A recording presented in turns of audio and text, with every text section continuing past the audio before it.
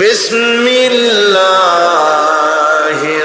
রহমানির রহিম মুহাম্মদ ওয়া আলা আলি সাইয়্যিদিনা মাওলানা মুহাম্মদ। জবান ছেড়ে দিয়ে মোহাব্বতের সাথে সব মুসলমান একযোগে জোরে সোরে পড়েন আল্লাহুম্মা সাল্লি আলা সাইয়্যিদিনা মাওলানা মুহাম্মদ ওয়া আলা আলি সাইয়্যিদিনা মাওলানা মুহাম্মদ বালাগাল উলা বিকামালিহি كشفت الدجى بجماله حسنت جميع خصاله صلوا عليه ہونا یہ پھول تو بلبل کا ترنم بھی نہ ہو چمن دہر میں کلیوں کا تبسم بھی نہ ہو بلغ العلا بکمالہ کشف الدجى بجمالہ حسنت جمیع خصالہ صلوا علیہ। আরবের বুকে মক্কার পরে আমিনার যেথায় ঘর खुदार करुणा कौसार है झोर से बारंबार बलगल उला बेकमालिही कशफत दुजा बिजमालिही हसनत जमीय। ওই যে বুড়ো আমি খুব বড় আলেম উঠায় না মঞ্চে বসতে দাও আল্লাহুম্মা আমিন। ربنا ظلمنا أنفسنا وإن لم تغفر لنا وترحمنا لنكونن من الخاسرين। আয় আল্লাহ তাআলা চট্টগ্রাম ইসলামী সমাজ কল্যাণ পরিষদ কর্তৃক আয়োজিত 5 দিন ব্যাপী তাফসীরুল কোরআনের মাহফিলের আজকের এই সমাপনী দিবসে লক্ষ লক্ষ নরনারী আমরা তোমার দরবারে কয়েকবার দুরূদ ও সালাম পড়ে হাত তুলেছি। মেহেরবানি করে দুরূদ ও সালামটুকু সোনার মদিনায় নবী পাকের রওজা মুবারকে পৌঁছে দাও। तमाम পৃথিবীর মাটির নিচে যত মুমিন মুমিনাত শুয়ে আছেন তাদের আরো পরে সওয়াব পৌঁছিয়ে দাও রব্বুল আলামিন। এই মাহফিলের আয়োজন যারা করেছেন শোনার জন্য যারা দূর দূরান্ত থেকে এসেছেন আল্লাহ তাআলা কিয়ামতের দিন মুসিবতের সময় এই মাহফিল আমাদের সকলের জন্য নাজাতের ওসিলা বানায় দিও ইয়া রব। करम तू अगर करे वो बात जुबां को जो दिल पर असर करे। रब्बना तक़ब्बल मिन्ना इन्नका अंतस समीउल अलीम व तुब अलैना इन्नका अंतत तव्वाबुर रहीम। सुब्हान रब्बिका रब्बिल इज्जति अम्मा यसिफून व सलामुन अलल मुरसलीन अल्हम्दुलिल्लाहि रब्बिल आलामीन। দুনিয়ার ভালো মন্দ সবটাই হচ্ছে আল্লাহ রাব্বুল আলামিনের হচ্ছেন এর মালিক। সুতরাং ভালো মন্দ সবটার জন্য হাত পাততে হবে কেবলমাত্র কার কাছে? আল্লাহ পাকের কাছে। জোরে বলেন কার কাছে? দেখুন আল্লাহ পাক তার রাসূলকে কি কথা বলছেন। আল্লাহ রাব্বুল আলামিন তার হাবিবকে বলছেন وَيَمْسَسْكَ اللَّهُ بِضُرٍّ فَلَا كَاشِفَ لَهُ إِلَّا هُوَ। আল্লাহ রাব্বুল আলামিন তিনি যদি তোমাকে কোনো বিপদ দেন তাহলে পৃথিবীর এমন কেউ নাই যে সে বিপদ থেকে তোমাকে রক্ষা করতে পারে বা ঠেকাতে পারে। وَيُرِدْكَ بِخَيْرٍ فَلَا رَادَّ لِفَضْلِهِ। আর যদি আল্লাহ পাক আপনার কোনো ভালো করতে চান, উপকার করতে চান, তার থেকে সেই উপকার থেকে আপনাকে কেউ ফিরায় রাখতে পারবে না। তার মানে হলো আপনাকে যদি আল্লাহ ক্ষতি করতে চান তা কেউ সেই ক্ষতি থেকে বাঁচাতে পারবেন না, আর যদি উপকার করতেও চান তাও কেউ ঠেকাতে পারবে না। ভালো মন্দ যেটাই হোক সবটার মালিক হতেছেন আল্লাহ পাক। কে মালিক? আল্লাহ সুবহানাহু ওয়া তাআলা। এই কথাগুলি আমাদের কলিজার মধ্যে বদ্ধমূল হতে হবে। আমি এগুলি প্রায় প্রতি বছরই শিরকের ব্যাপারে কিছু না কিছু কথা বলি। তার কারণ হচ্ছে মূল আকীদা হচ্ছে আমাদের তাওহীদ। তাওহীদের উপরে প্রতিষ্ঠিত হতে হবে। একটা বিল্ডিং তৈরি করবেন, বিল্ডিংটার স্থায়িত্ব নির্ভর করবে আপনার সিমেন্ট ভেজাল কিনা। সিমেন্টের চাইতে যদি বালু বেশি দেন, পরিমাপের চাইতে যদি সিমেন্ট কম হয় বালু বেশি হয়, অথবা বালুতে সিমেন্টে যদি মাটি মিশানো থাকে, এ দিয়ে যদি কোনো বিল্ডিং তৈরি হয়, সামান্য ভূমিকম্প বা জোরে বাতাস আসলেই বিল্ডিংটা কাত হয়ে পড়ে যাবে, ঠিক কিনা? একটা বিল্ডিং টিকে থাকে তার ফাউন্ডেশনের উপরে, কিছুর উপরে টেকে, ফাউন্ডেশনের উপরে টেকে। অনুরূপ ভাবে ইবাদতের ফাউন্ডেশন, মুসলমানের ঈমানের ফাউন্ডেশন তার তাওহীদের উপরে। তাওহীদ যত মজবুত, ঈমান তত মজবুত, আকীদা তত মজবুত। আর এখানে যার অসুবিধা হয়ে যাবে, নড়বড়ে হয়ে যাবে, এই ঈমান রূপ, ইবাদত রূপ, তাওহীদ রূপ এই ইমারত টিকতে পারবে না। সেই জন্য শিরক থেকে সম্পূর্ণরূপে আমাদেরকে বাঁচতে হবে। বন্ধুগণ, আমাদের দেশে মানুষেরা শিরকের মধ্যে বেশি মুবতালা হয়, বিদআতের ভিতরে বেশি পরিমাণ মুবতালা হয়। আর এক শ্রেণীর তথাকথিত আলেম এই শিরক এবং বিদআতের ব্যাপারে ওয়াজ করে জনগণকে উদ্বুদ্ধ করে তা করার জন্য। আমাদের দেশে বহুত মাজার আছে, যে মাজারগুলিকে গোসল করানো হয়, মাজার গোসল করানো হয়। আমি কি কোনো বানাইয়া কথা বলি না? এর বাস্তবতা আছে। মাজার গোসল করানো হবে, পীর সাহেবকেও গোসল করানো হবে, পত্রিকায় দিয়ে দেয়, পোস্টার ছাপানো হয়, হ্যান্ডবিল ছাপানো হয়, হাজার হাজার টাকা খরচ করে প্রচার করে লোকদেরকে দাওয়াত দেওয়া হয়। কবর ধোয়া পানি, পীর সাহেবের গোসল করানো পানি। পীর সাহেবের গোসল করাইলো, এই পানি শরীরের কত জায়গা ধুয়ে আসলো, সেই পানি বোতলে ভরে 5 টাকা করে কিনে কিনে লোকেরা খায়। নাউযুবিল্লাহ।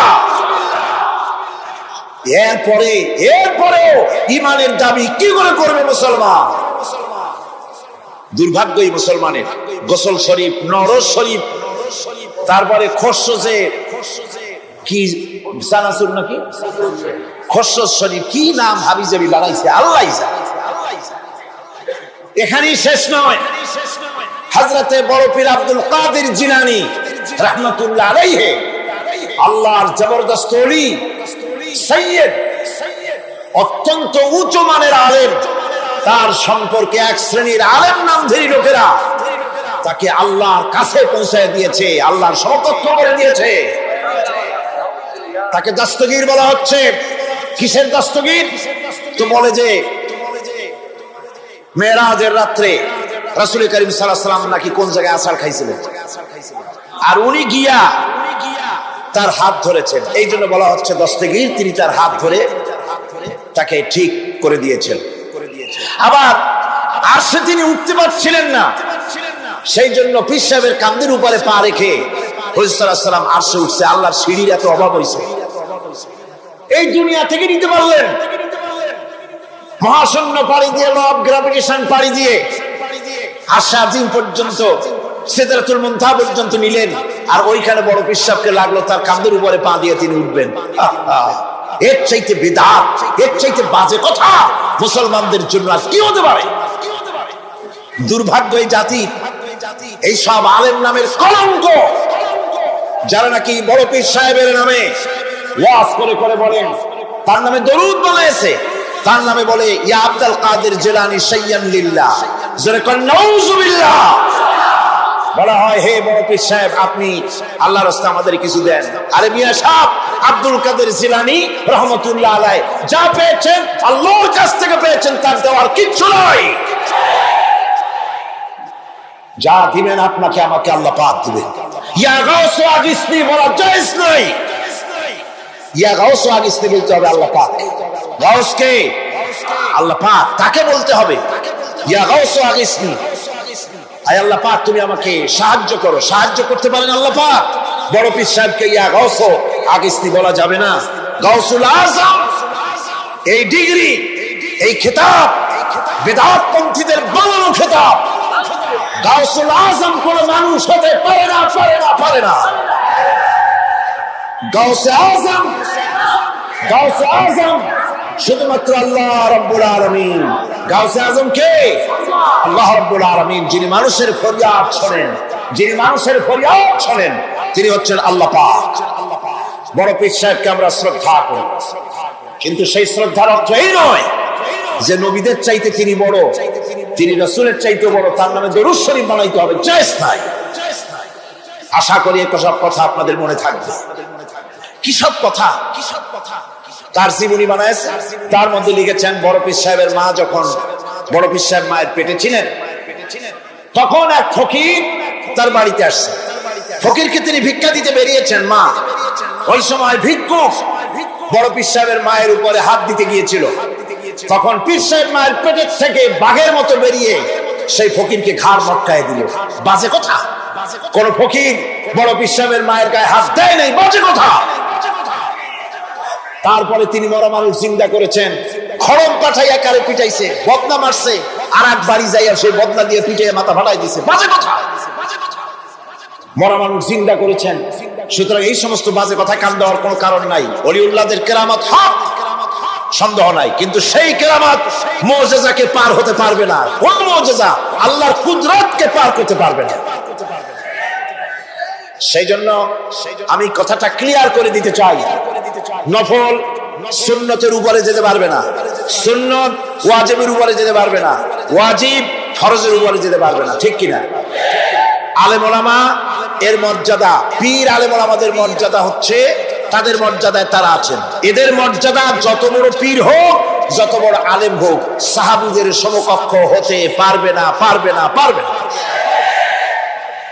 সাহাবায়ে কেরামদের, সাহাবায়ে কেরাম রিদওয়ানুল্লাহি তাআলা আলাইহিম আজমাইন, গোটা পৃথিবী কান খুলে শুনুন, গোটা পৃথিবী সমস্ত আলেম, সমস্ত পীর, সমস্ত বুজুর্গ সব যদি এক করা হয়, একজন সাহাবীর জুতার তলা ধুলো হবে না। যাদের উপরে আল্লাহ সন্তুষ্ট, আর আল্লাহ যাদের উপরে সন্তুষ্ট, তারাই হচ্ছেন সাহাবায়ে কেরাম রিদওয়ানুল্লাহি তাআলা আলাইহিম আজমাইন। সুতরাং ওলামা পীর বুজুর্গ সাহাবীদের সমান নয়, সাহাবীরা কোনদিন নবীর সমান নয়, আর নবীরা কোনদিন আল্লাহর মর্যাদার সমকক্ষ নয়। কথা ক্লিয়ার হয়েছে? সুতরাং আজ আমাদেরকে বুঝতে হবে, ওয়াইয়াকা নাস্তাইন, ইয়াকা নাবুদু, তোমার ইবাদত করি, ওয়াইয়াকা নাস্তাইন, কেবল তোমার কাছেই সাহায্য চাই। খতমে গাউসিয়া বানাইছে, কোথায় পেয়েছে? আমরা ওই ধরনের বুজুর্গদের কথা মানি না, যা কোরআনে নাই, যা হাদিসে নাই, নতুন করে যা তৈরি হয়েছে, মানি না, মানি না। আমাকে দেখতে হবে কোরআনে আল্লাহ পাক কি বলেছেন, হাদিস কি বলেছে। এটার নাম ঈমান, এটার নাম কি? কোরআন হাদিস পড়ে যে ঈমান আর আকীদা রক্তের মধ্যে, কলিজার মধ্যে ঢুকেছে, আমাকে যদি হত্যা করা হয়, আমাকে যদি জ্বালানো হয়, পোড়ানো হয়, এই আকীদা থেকে এক চুল সরে যাব না। এখন আমাদেরকে এই আকীদা মজবুত করতে হবে, গোলামি করব আল্লাহর, সাহায্য চাইবো আল্লাহর কাছে। এবার আসেন, আল্লাহ রাব্বুল আলামিন সূরা ফাতিহার ভিতরে আমি বলেছিলাম এটা একটা অভিনন্দন পত্র। এটা কি অভিনন্দন পত্র? বান্দা অভিনন্দন পত্র পেশ করতেছে কার কাছে? আল্লাহর কাছে। এই অভিনন্দন পত্রের কয়টা ভাগ ছিল? তিনটা ভাগ। প্রথম ভাগে হলো প্রশংসা, দ্বিতীয় ভাগে পরিচয়। মাশাআল্লাহ, মনে আছে সকলে? এবার আসছে তৃতীয় অধ্যায়। এবার মূল দাবি, প্রশংসা করেছি, পরিচয় দিয়েছি, আমরা তোমার বান্দা। এবার প্রশ্ন হচ্ছে, চাও কি? পরিচয় তো শুনলাম, চাও কি? আল্লাহ রাব্বুল আলামিন আমাদেরকে শিখায় দিলেন কত বড় মেহেরবান তিনি, কত দয়ালু তিনি। তার কাছে চাওয়ার ভাষাটাও তিনি আমাদের শিখাই দিলেন। জোরে কোন সুবহানাল্লাহ।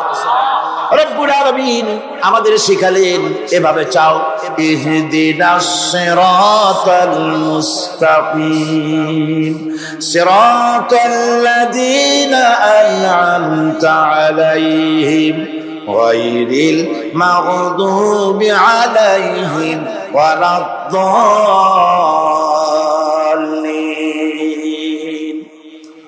আয় আল্লাহ, ইহদিনাস সিরাতাল মুস্তাকিম, একটা রাস্তা চাই, সহজ সরল সঠিক একটি পথ চাই তোমার কাছে। সেই পথটা চাই যে পথ হচ্ছে নিয়ামত প্রাপ্তদের, অভিশপ্ত এবং পথভ্রষ্টদের পথ নয়। যে পথ নিয়ামত প্রাপ্তদের, ওই ধরনের একটা পথ আমরা চাই। পথ দেখাবার মালিককে কোরআনে কারীম বলছে, আল্লাহ রাব্বুল আলামিন বলেন, ওয়া আলাল্লাহি কাসদুস সাবিলি ওয়া মিনহা জাইরুন ওয়ালাউ শাআ লাহাদাকুম আজমাইন। ওয়া আলাল্লাহি কাসদুস সাবিল, সোজা রাস্তা বলে দেওয়ার দায়িত্ব আমি আল্লাহ। সোজা রাস্তা বলে দেওয়ার দায়িত্ব কার? তিনি বলছেন বলার দায়িত্ব আমার, সোজা রাস্তাটা আমি বলে দেব। আল্লাহ রাব্বুল আলামিনের কাছে বান্দা যখন রাস্তার দাবি করলো, সোজা পথ চাই, সহজ পথ একটা তোমার কাছে চাই, রব্বুল আলামিন সূরা ফাতিহার 7টা আয়াতের এই অভিনন্দন পত্রের জবাবে 30 পারা কোরআন শরীফ আল্লাহ পাক বান্দারে দান করে দিলেন। জবাবে বলে দিলেন, ওয়ানিবুদুনি হাযা সিরাতুম মুস্তাকিম।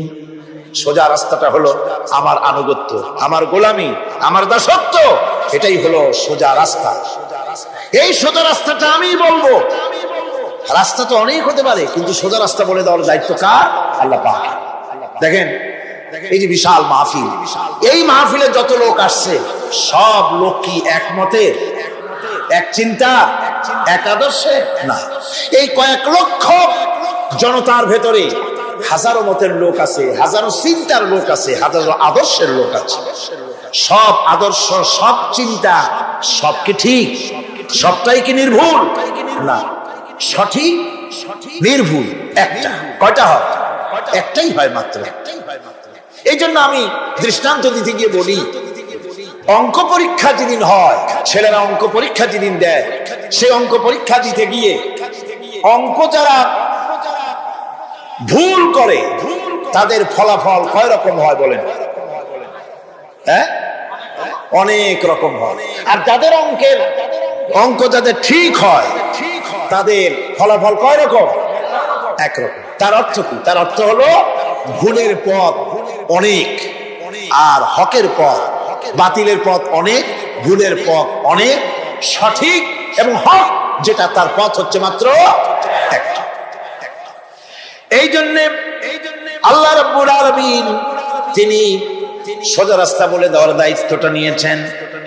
কোরআন বলছে প্রত্যেকটি সৃষ্টির শুরু হতে শেষ পর্যন্ত 4টা স্তর পার হতে হয়। তার সর্বশেষ স্তর হলো হেদায়েত।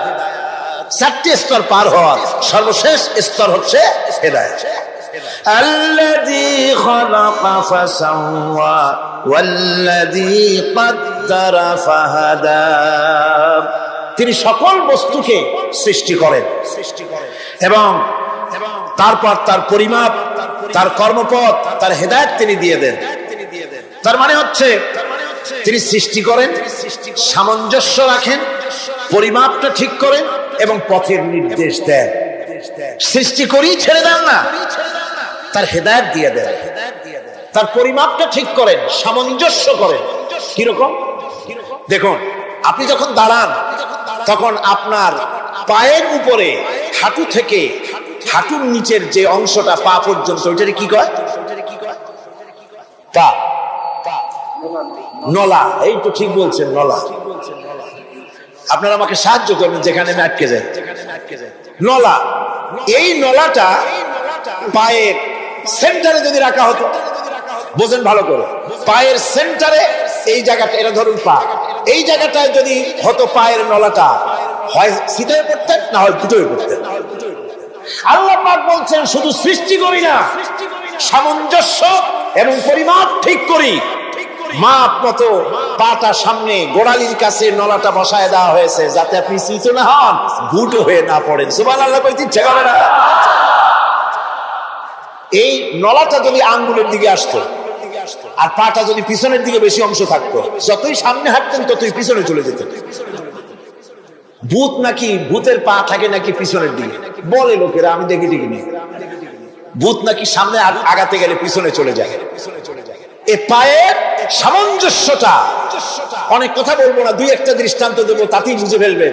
আল্লাহ পাক বলেন শুধু সৃষ্টিই করি না, তার সামঞ্জস্য এবং পরিমাপকে ঠিক করে দেয়।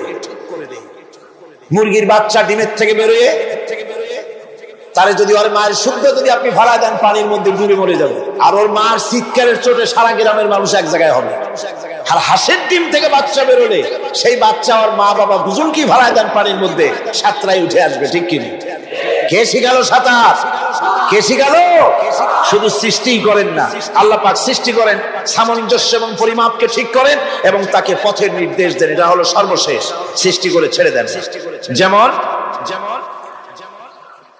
কোরআনে কারীমে হযরত ইব্রাহিম আলাইহিস সালাম তিনি তার সম্প্রদায়ের সাথে যে কথোপকথন করেছিলেন, বিষয়টি আল্লাহ পাক কোরআনে কারীমের মধ্যে কোট করে দিলেন। এই হেদায়েতের বিষয় সেখানে আছে বলে আল্লাহ পাক বিষয়টা কোরআনে জায়গা করে দিলেন। ওয়া ইয ক্বালা ইব্রাহিমু লিআবিহি ওয়া কওমিহি ইন্নানি বারাউম মিম্মা তা'বুদুন ইল্লাল্লাযী ফাতারানি ফাইন্নাহু সায়াহদিন। ইব্রাহিম আলাইহিস সালাম তার পিতা এবং তার গোত্রকে বললেন, তার সম্প্রদায়ের লোকদেরকে, নিঃসন্দেহে আমি মুক্ত, আমি পবিত্র। তোমরা যেসব জিনিস দিয়ে যেসব এর ইবাদত করো, গোলামি করো, আনুগত্য করো, আমি তার থেকে পবিত্র। আমি তো শুধু ইবাদত করি, গোলামি করি সেই স্রষ্টা যিনি আমাকে সৃষ্টি করেছেন। আমার সম্পর্ক শুধুমাত্র সেই সত্তার সাথে যিনি সৃষ্টি করেছেন। আল্লাযী খালাকানি ফাহুয়া ইয়াহদিন, যিনি আমাকে সৃষ্টি করে শুধু সৃষ্টি করেন নাই, আমাকে হেদায়েত দিয়েছেন, আমাকে পথের দিশা দিয়েছেন। ওয়াল্লাযী হুয়া ইউতঈমুনি ওয়া ইয়াসকিন, যিনি আমাকে সৃষ্টি করেছেন তিনি হেদায়েত দিয়েছেন, আর আমি যখন তৃষ্ণার্ত হই তিনি আমাকে পান করান, আমি যখন ক্ষুধার্ত হই তিনি আমাকে আহার দেন। ওয়া ইযা মারিতু ফাহুয়া ইয়াশফিন, আর যখন অসুস্থ হই তখন তিনি আমাকে রোগ মুক্ত করে দেন। সুবহানাল্লাহি ওয়া বিহামদিহি। তাহলে কি হলো?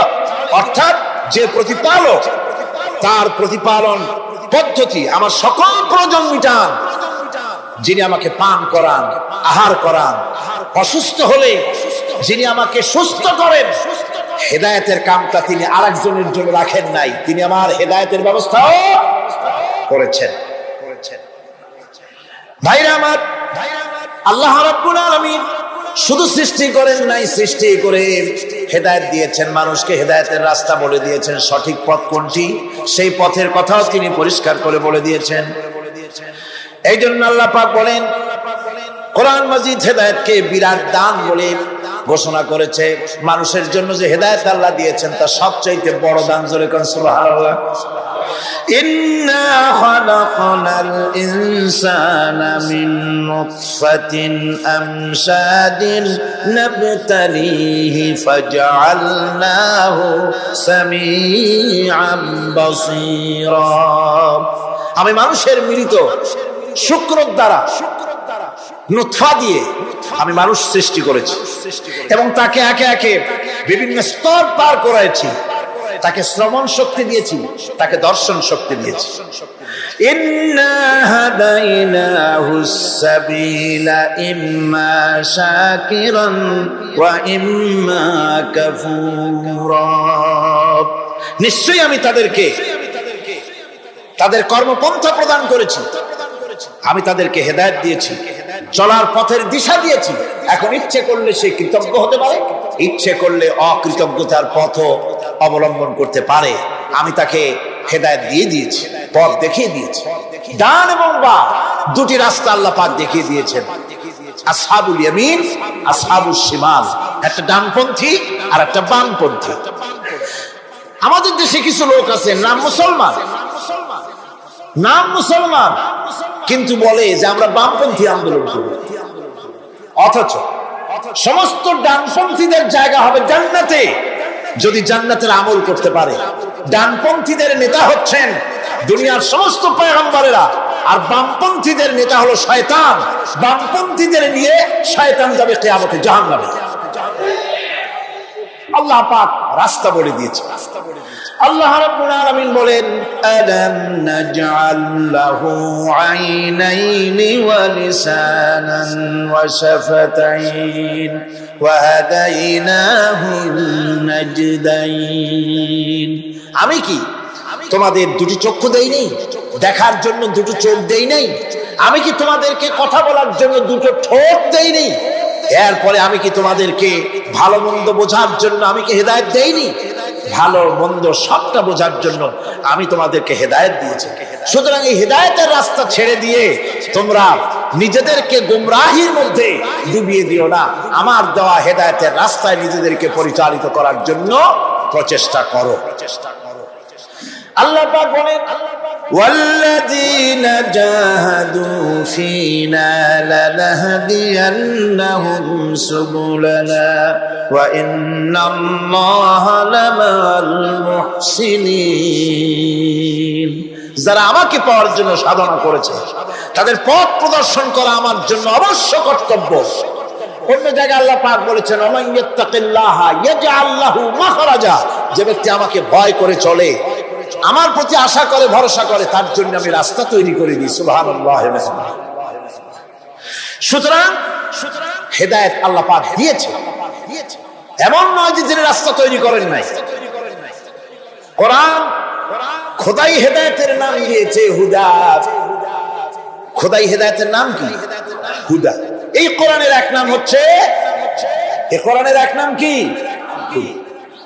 কোরআন বলছি, فمن تبع هداي فلا خوف عليهم ولا هم يحزنون। আমার এই কোরআন, এই হেদায়েত যারা মানবে, এটাকে যারা অনুসরণ করে চলবে, এটার আইন কানুন যারা মেনে চলবে, ওদের জন্য কোনো ভয় নাই, কোনো চিন্তাও নাই, কোনো ভয় নাই, কোনো চিন্তা নাই যারা এই কোরআনের হেদায়েতকে মেনে চলবে। আল্লাহর হেদায়েত হলো সবচেয়ে বড় হেদায়েত। আল্লাহ পাক বলছেন, কুল ইন্না হুদাল্লাহি হুয়াল হুদা ওয়া উমিরনা লিনুসলিমা লিরাব্বিল আলামিন। হে রাসূল, আপনি বলুন, আল্লাহর হেদায়েত হলো সবচেয়ে বড় হেদায়েত। অর্থাৎ আল্লাহ যে রাস্তা দিয়েছেন, আল্লাহ যে কোরআন দিয়েছেন, এর থেকে বড় হেদায়েত মানুষের জন্য আর কিছু হতে পারে।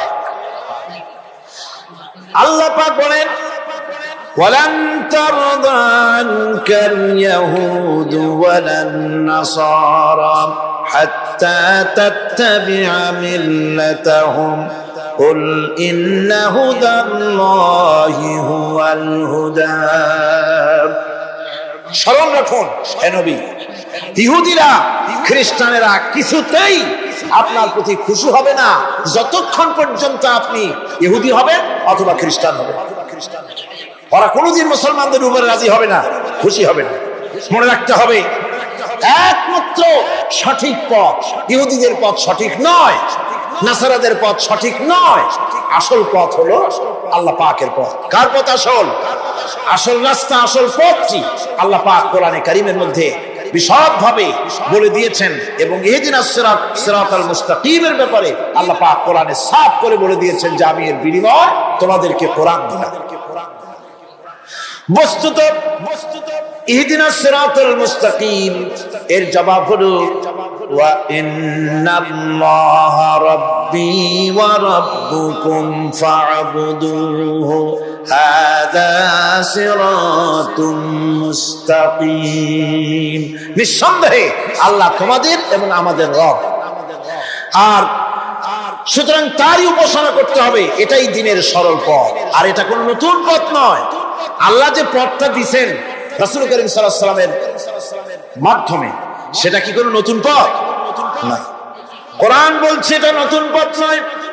شرع لكم من الدين ما وصى به نوحا والذي أوحينا إليك وما وصينا به إبراهيم وموسى وعيسى أن أقيموا الدين ولا تتفرقوا فيه شرع لكم من الدين এই দিন তিনি তোমাদের জন্য সেই দিনই মনোনীত করেছেন যা হযরতে নূহ আলাইহিস সালাম এর উপরে তিনি ওসিয়ত করেছেন। যা ওসিয়ত করা হয়েছিল, নসিহত করা হয়েছিল হযরতে নূহ আলাইহিস সালামের প্রতি, তিনি মনোনীত করেছিলেন হযরত নূহ আলাইহিস সালামকে এই দ্বীনকে প্রচার করার জন্য। আর যার উপরে চলার জন্য হযরত ইব্রাহিম, হযরত মূসা, হযরত ঈসাকে নির্দেশ করা হয়েছিল। তাদের সকলের শিক্ষাই ছিল একটা, যে আল্লাহ পাকের দ্বীনকে প্রতিষ্ঠা করো, আর এই ব্যাপারে কোন রকমই নিজেদের মধ্যে পার্থক্য, মত পার্থক্যের সৃষ্টি করো না। এখন কথাটা আরো ক্লিয়ার করে দেই। ইহদিনাস সিরাতাল মুস্তাকিম চাইছিলাম, আল্লাহ আমাদেরকে একটা সহজ রাস্তা দাও। সেই সহজ রাস্তা বলে দেওয়ার জন্য এসেছে কোরআন। সেই সহজ রাস্তা বলে দেওয়ার জন্য কি এসেছে? যারা বলেন কি? এই কোরআনে কারীম যদি প্রতিষ্ঠিত করা যায় সমাজে, রাষ্ট্রে, ব্যক্তিতে, পরিবারে, কোরআন যদি প্রতিষ্ঠিত করা যায়, তাহলেই মানুষেরা সহজ সরল পথ পাবে। নইলে সহজ সরল পথ পৃথিবীতে আর কারো কাছে নাই। যা আছে সবটা কার কাছে? কোরআনে কারীমের কাছে। এরপরে আমরা বলি সিরাতাল্লাযীনা আন'আমতা আলাইহিম গায়রিল মাগদুবি আলাইহিম ওয়ালাদ-দাল্লিন। রাস্তা থেকে মানুষেরা মাঠের ভিতরে নামার চেষ্টা করছেন, কিন্তু মানুষকে কষ্ট দেওয়া ছাড়া আর কিছুই হবে না। আমি অনুরোধ করছি, রাস্তা থেকে লোকেরা মাহফিলের ভেতরে ঢোকার চেষ্টা করবেন না। বিরাট রকমের ব্যাঘাত সৃষ্টি হবে। সকলে বসে পড়ুন, যিনি যে জায়গায় আছে সেখানে বসুন। চাপ সৃষ্টি করবেন না, বসুন। আপনারা দাঁড়ালে আরো বিশৃঙ্খলার সৃষ্টি হবে। কোরআনের মাহফিল, খবরদার বেয়াদবি করবেন না, কেউ দাঁড়াবেন না। যারা দাঁড়িয়েছেন বসেন, আর জোরে সোরে জিকির করেন লা ইলাহা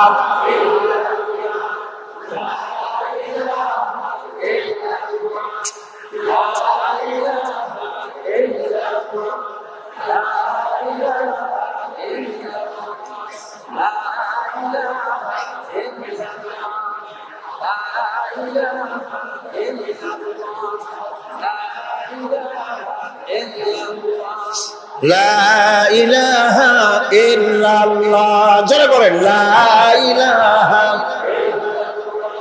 লা ইলাহা,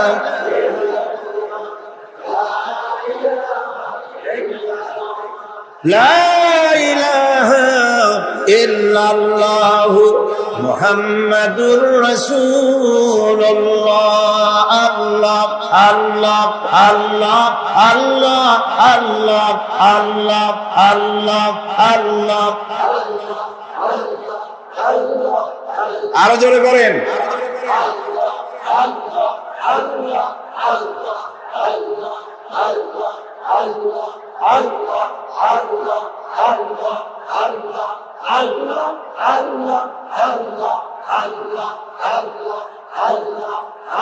লা ইলাহা ইল্লাল্লাহু মুহাম্মাদুর রাসূলুল্লাহ।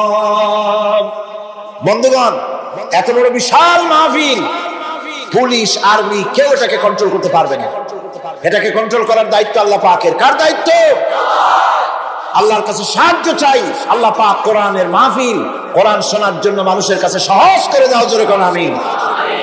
প্রচন্ড রকমের মানুষের চাপ সৃষ্টি হয়েছে। আপনারা রাস্তা থেকে মানুষকে চাপাচাপি করবেন না, সবাই বসে হাঁটতে চেষ্টা করবেন না। এত বড় মাহফিল, আপনি হাঁটিয়ে মানুষকে কষ্ট দিবেন না। যারা যেখানে দাঁড়াইছে সেখানে বসেন, বরকত হবে। হাঁটলে গুনাহ হবে, হাঁটবেন না। বন্ধুগণ, আমি আজ খুব লম্বা কথা বলবো না, কারণ মানুষের প্রচন্ড, অতীতের যে কোনো বছরের তুলনায় প্রচন্ড চাপ সৃষ্টি হয়েছে মানুষের। আমি কথা গোছাই আনতেছি। সিরাতাল মুস্তাকিম, এজন্য মডেল দরকার। কার অনুসরণ করবে? আল্লাহ পাক শিখায় দিলেন সিরাতাল্লাযীনা আন'আমতা আলাইহিম। পড়েন সবাই, সিরাতাল্লাযীনা আন'আমতা আলাইহিম গায়রিল মাগদুবি আলাইহিম ওয়ালাদ-দাল্লিন। আয় আল্লাহ, অনুগ্রহপ্রাপ্ত দল, সেই রাস্তা, অনুগ্রহপ্রাপ্তদের রাস্তা চাই। তোমার মনোনীত ব্যক্তি, অনুগ্রহপ্রাপ্ত যারা, তাদের পথ অনুসরণ করতে চাই। এই অনুগ্রহপ্রাপ্ত দল কারা, সে কথা কোরআন শরীফে বলা হয়েছে।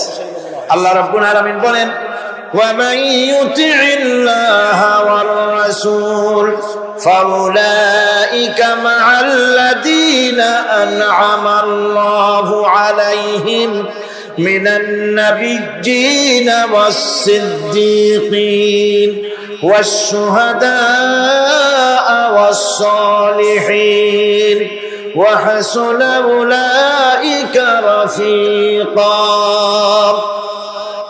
আর যে ব্যক্তি আল্লাহ এবং রাসূলের আনুগত্য স্বীকার করলো, নিঃসন্দেহে সে অনুগ্রহপ্রাপ্তদের সঙ্গী হলো। সেই অনুগ্রহপ্রাপ্ত কারা? নবীজির 4 শ্রেণীর লোক। কয় শ্রেণী?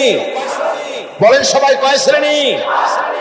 নবীজিন, সিদ্দিকিন, শুহাদা, সালিহিন। এই 4 শ্রেণীর লোক হচ্ছে আল্লাহ পাকের অনুগ্রহপ্রাপ্ত লোক। কোন আলহামদুলিল্লাহ। এরাই হলো অনুগ্রহপ্রাপ্ত দল। এখন নবী কারা? নবী হচ্ছেন যারা নাকি আল্লাহ পাকের কাছ থেকে ওহী প্রাপ্ত হয়েছেন, নিখিল মানুষের চিরন্তন শান্তি এবং কল্যাণের জন্য আল্লাহ পাকের নিকট থেকে সত্যের বিধান লাভ করেছেন। তারাই হচ্ছেন নবী, যারা আল্লাহ পাকের কাছ থেকে ওহী প্রাপ্ত হয়েছেন। আর নবীরা হচ্ছেন মাসুম, নবীরা হচ্ছে বেগুনাহ। নবীদের কোনো ভুল নাই, নবীদের কোনো গুনাহ নাই। কোন সুবহানাল্লাহ। এই পৃথিবীর মধ্যে সুপার কোয়ালিটির মানুষ, সর্বশ্রেষ্ঠ মানুষ কারা? নবীরা। সর্বশ্রেষ্ঠ মানুষ কারা? এখানে আবার এক শ্রেণীর লোকেরা বলে যে নবীরে মানুষ কোয়া যাবে না। আছেন এমন লোক, নবীরে মানুষ কোয়া যাবে না। কেন? কেন? নবীর সম্মান কত। আচ্ছা, নবীরে মানুষ বলবো না তো বলবোটা কি? নবীরা কি ফেরেশতা? যদি ফেরেশতা বলি তাহলে কি নবীদের মর্যাদা বাড়ানো হলো? বলেন আপনারা, বাড়ানো হলো? তাহলে নবীদেরকে কি বলবো? তারা কি জেন? যদি জেন বলি তাহলে তাতে কি মর্যাদা বাড়বে? সবচাইতে মর্যাদা বেশি কার? মানুষের। সুতরাং এক শ্রেণীর লোকেরা খামোখাই আলেম নামধারী লোক, অথচ নবীকে মানুষ বলতে রাজি না। কোরআনে কারীম সাফ করে আল্লাহ পাক পরিষ্কার করে বলেছেন, قُلْ إِنَّمَا أَنَا بَشَرٌ مِثْلُكُمْ يُوحَى إِلَيَّ أَنَّمَا إِلَٰهُكُمْ إِلَٰهٌ وَاحِدٌ। নবী বলুন, আমি তোমাদের মতো মানুষ, আমার উপরে ওহী আসে। ইন্নামা আনা বাশারুম মিসলুকুম, তোমাদের মতো মানুষ। একটু ভালো করে বিষয়টা বোঝেন। আরো বলেছি আমি, আজকে আবার স্মরণ করায় দেই। আল্লাহ শিখাই দিচ্ছেন, বলুন আমি তোমাদের মতো মানুষ, ফেরেশতা নই, জিন নই, আমার কাছে ওহী আসে। পার্থক্য এখানে। তবে আরো পার্থক্য আছে, সেটা হচ্ছে আমরা হচ্ছি সাধারণ মানুষ, নবীরা হচ্ছেন অসাধারণ মানুষ। সুবহানাল্লাহ। আমরা হচ্ছি মানব, রাসূল আল্লাহর পয়গম্বররা হচ্ছেন মহামানব। কথা বুঝে আসছে? তার মানে হলো আমরা সাধারণ মানুষ। সাধারণ মানুষেরা গুনাহ করতে পারে, ভুল করতে পারে, সব রকমের গুনাহ করতে পারে। নবীরা কোনো গুনাহ করতে পারেন না। আল্লাহ পাক তাদের দিয়ে গুনাহ করান না। আল্লাহ পাক ফেরেশতা দিয়ে, আপন কুদরত দিয়ে নবীদেরকে হেফাজত করেন। সুবহানাল্লাহ। সুতরাং এই কথা বিশ্বাস করতে হবে, সমস্ত নবীরা হচ্ছেন মানুষ। নবীদের আদর্শই কেবলমাত্র আদর্শ, সেই আদর্শকেই গ্রহণ করতে হবে, তাকেই একমাত্র নেতা হিসাবে গ্রহণ করতে হবে। আবার নেতা বলতেও রাজি না। মুশকিল কি এক জায়গায়? কয় যে নেতা বলা যাবে না। কেন? কয় যে এই যে মানুষেরা বলে, স্লোগান দেয়, আমার নেতা, তোমার নেতা, অমুক তমুক, হেন তেন, তো এগুলির সাথে নবীরে মিশানো এটা ঠিক না। আচ্ছা, নবীরে নেতা কব না, কবটা কি? নবী কি হয় নেতা হবে, না হয় অনুসারী হবে, এর বাইরে তো কিছুই নাই। হয় ইমাম, না হয় মুক্তাদি। বাইরে কি? বাইরে তো নাই কিছু। সুতরাং নবী কি মুক্তাদি হবে? নবীকে অনুসারী হবে? নিশ্চয়ই হাজার বার নবী হচ্ছেন ইমাম, নবী হচ্ছেন নেতা। আমরা যখন আরবিতে বলি, ওনারা নিজেরাও আরবিতে বলেন, তখন কোনো আপত্তি হয় না। আল্লাহুম্মা সাল্লি আলা সাইয়্যিদিনা মুহাম্মদ, সাইয়্যিদিনা মানে হচ্ছে আমাদের লিডার, আমাদের নেতা। সাইয়্যিদিনা যখন বলে তখন আপত্তি করে না, কিন্তু আমাদের নেতা বললেই আপত্তি করেন। বাংলা ভাষা, বাংলাদেশি মানুষ হইয়া বাংলা ভাষার প্রতি এই গভীর জ্ঞান দেখলে দুঃখই হয়। বন্ধুগণ, মনে রাখতে হবে নবী হচ্ছেন মাসুম, বেগুনাহ এবং নেতা, আর মুহাম্মদ সাল্লাল্লাহু আলাইহি ওয়াসাল্লাম হচ্ছেন বিশ্ব নেতা, এটা কোনো সন্দেহ নেই।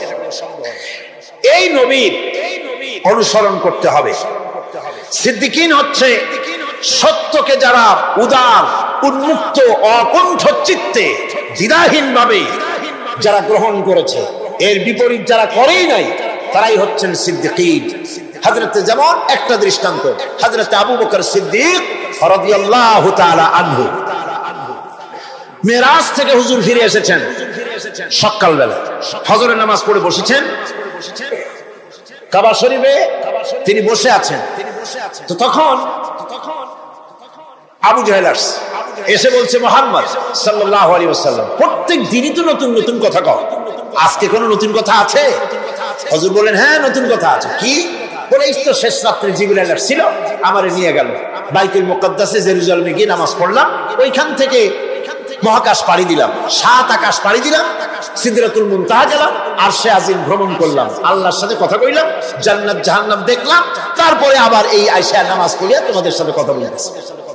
আবু জাহেল কয় যে, খাইস, যাও, মাথা টাথা একটু ভালো ছিল, এখন তাও সর্বনাশ হয়ে গেছে।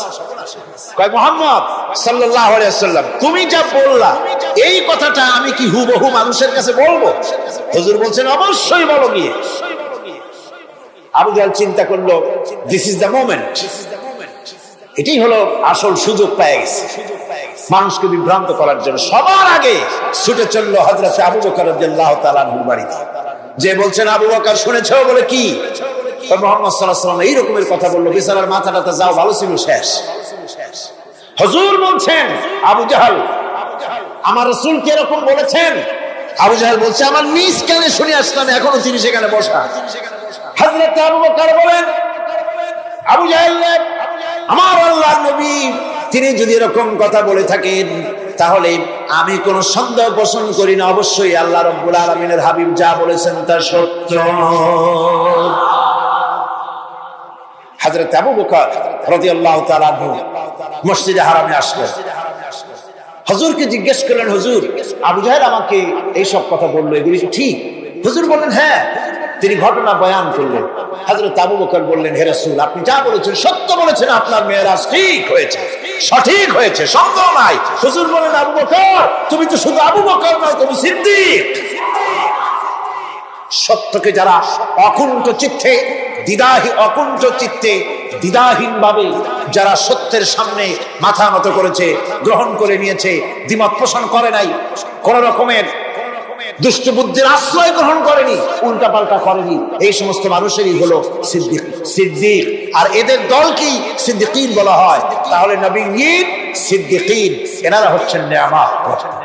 3 নম্বরে হচ্ছে শুহাদা, সত্যকে যারা সত্যের সাক্ষী দিয়েছে, সত্যের সাক্ষ্যদাতা। সত্য হচ্ছে ইসলাম। সত্য কি?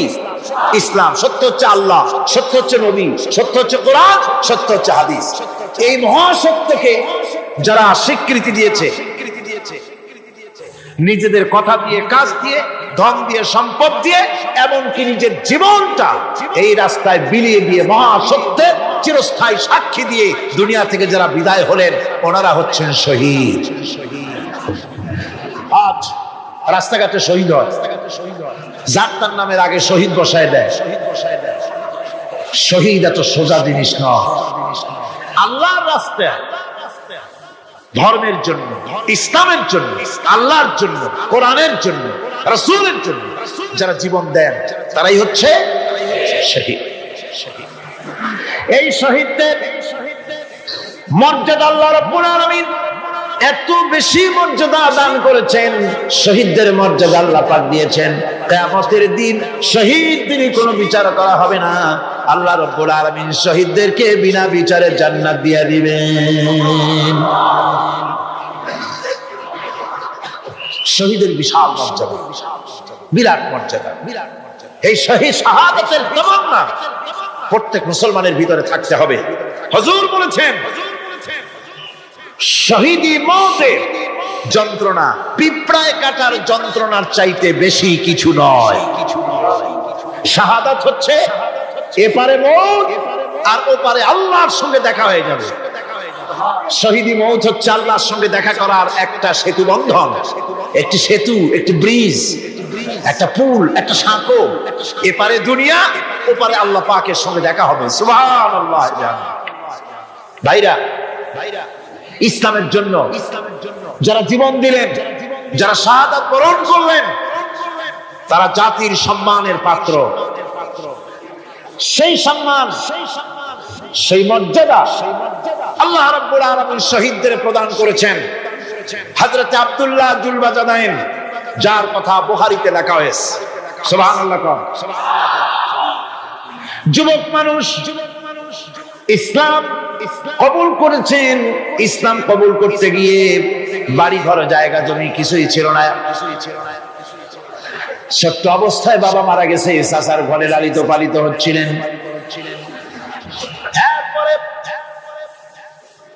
রাসূলের প্রতি ঈমান আনবেন, চাচার ভয়তে পারেন না। হুজুর হিজরত করলেন। আব্দুল্লাহ, তার নাম ছিল আব্দুল উজ্জা। তিনি চলে গেলেন চাচার কাছে। চাচা গো, মুহাম্মদ সাল্লাল্লাহু আলাইহি ওয়াসাল্লাম আল্লাহর নবীর ব্যাপারে তোমার মত কি? তিনি বলেন আমারও তো তাই মনে হয়। যদি তাই মনে হয় তার উপর ঈমান আনবেন কিনা? চাচা বলে না, কখনো ঈমান আনবো না। ভাতিজা বলতেছেন চাচাজি, বছরের পর বছর ধরে অপেক্ষা করতেছিলাম, আমি আপনার অধীনে আছি বলে ইসলাম কবুল করতে পারি নাই। আমার ইচ্ছা ছিল আপনি আগে করবেন, তারপরে আপনাকে দেখা দেখি আমি করব। কিন্তু আপনি যখন ইসলাম কবুল করলেন না, আর করবেন না বলে যখন ঘোষণা দিলেন, আপনাকে উপস্থিত রেখে আমি ঘোষণা দিলাম লা ইলাহা ইল্লাল্লাহু মুহাম্মাদুর রাসূলুল্লাহ। চাচা বলছে, ভাতিজা এর পরিণাম জানো? কয় না, জানি না। এর পরিণাম হচ্ছে তুমি আমার বাড়িতে থাকো, আমার বাড়ি ছাড়তে হবে। বললেন রাজি আছে। উট ছাগল ভেড়া ঘোড়া যা দিছি ছাড়তে হবে, বলছে রাজি আছে। চাচা বলছে শুধু তাই নয়, পরনে যে লুঙ্গি আছে, গায়ে যে জামা আছে, তামার পয়সার লুঙ্গি জামা ছাড়তে হবে। ভাতিজা বলছে ইমানের জন্য যা চাও সব ছাড়িয়ে দেব। জামা লুঙ্গি খুলে ফেলে দিয়া দিলেন। হাদিস। তিনি চলে গেলেন মায়ের কাছে। ওই অবস্থা মা এই যুবক ছেলেকে উলঙ্গ অবস্থায় দেখে দুই হাত দিয়ে নিজের চোখ চেপে ধরেছেন। বাবা, তোমার এই অবস্থা কেন? ছেলে বলছেন, মা, ঈমান আনার কারণে আমার এই অবস্থা হয়েছে। মা বলে, বাবারে কি চাও আমার কাছে? আব্দুল উজ্জা বলছে, মা কিচ্ছু চাই না, একটুখানি কাপড় আমারে দাও, আমি বিশ্ব নবী মুহাম্মদ সাল্লাল্লাহু আলাইহি ওয়াসাল্লামের খেদমতে যেতে চাই। মায়ের কাছে পুরানা কম্বল ছিল, কম্বলটা তিনি দিয়ে দিলেন। হযরতে এখনো তো সে মুসলমান হয়নি, ওই কম্বলটা ছিঁড়ে নিয়ে দুই টুকরা করে কম্বলটা পরলেন, আদাটা তাতে করে হাঁটু ঢাকে না, আর একটা কোন রকম গায়ে দিলেন। এরপরে হেঁটে হেঁটে কষ্ট করে মদিনায় চলে গেলেন। মসজিদে নববীর ভিতরে ঢুকে দরজার কাছে বসা বিশ্বনবী জনাবে মুহাম্মদ রাসূলুল্লাহ সাল্লাল্লাহু আলাইহি ওয়াসাল্লাম মসজিদে নববীতে যুবক, হাতের উপরে কাপড়, মাথার চুল উস্কো খুস্কো চেহারা, ক্ষুধার্ত চেহারা। হুজুর জিজ্ঞেস করছেন, তুমি কে? তিনি বললেন, আমার নাম আব্দুল উজ্জা। তোমার এই অবস্থা কেন? তিনি বললেন, হুজুর ঈমান আনার জন্য বাড়ি ঘর জায়গা জমিন উট বাছুর সব হারাইছি, এমনকি পরনের লুঙ্গি আমারে দেয় নাই, মার কম্বলটা ছেড়িয়ে এনেছি। নবীজি আসহাবে সুফফার ভিতরে তাকে বসতে দিলেন, তাকে থাকতে দিলেন, আর বললেন তারে কোরআন শরীফ শিখাবা। আব্দুল উজ্জাকে হুজুর বললেন, তোমার নাম উজ্জা নয়, তোমার নাম আব্দুল্লাহ। হাদিস শরীফে এসেছে আল্লাহর কাছে দুইটা নাম বেশি প্রিয়, একটা হচ্ছে আব্দুল্লাহ আর একটা হচ্ছে আব্দুর রহমান। মুসলমান হলেন। এরপরে আসহাবে সুফফার মধ্যে বসে আছেন, কোরআন শরীফ জোরে জোরে তেলাওয়াত করেন। আসহাবে সুফফা রাসূলের কাছে নালিশ করলেন, অভিযোগ করলেন, হুজুর এই আব্দুল্লাহর কোরআন শরীফ এত জোরে পড়ে, তার চিল্লানির জ্বালায় আমরা বিশ্রাম করতে পারি না। নবীজি বললেন, সাহাবীরা আব্দুল্লাহকে বেশি করে চিল্লাইতে দাও, বাধা দিও না, কারণ তার ঈমান বড় দামের ঈমান হয়েছে, ঈমান আনতে গিয়ে কিছু আনতে পারে নাই। তাকে বাধা দিও না, প্রাণ ভরে চিল্লাইতে দাও, জোরে জোরে পড়তে দাও।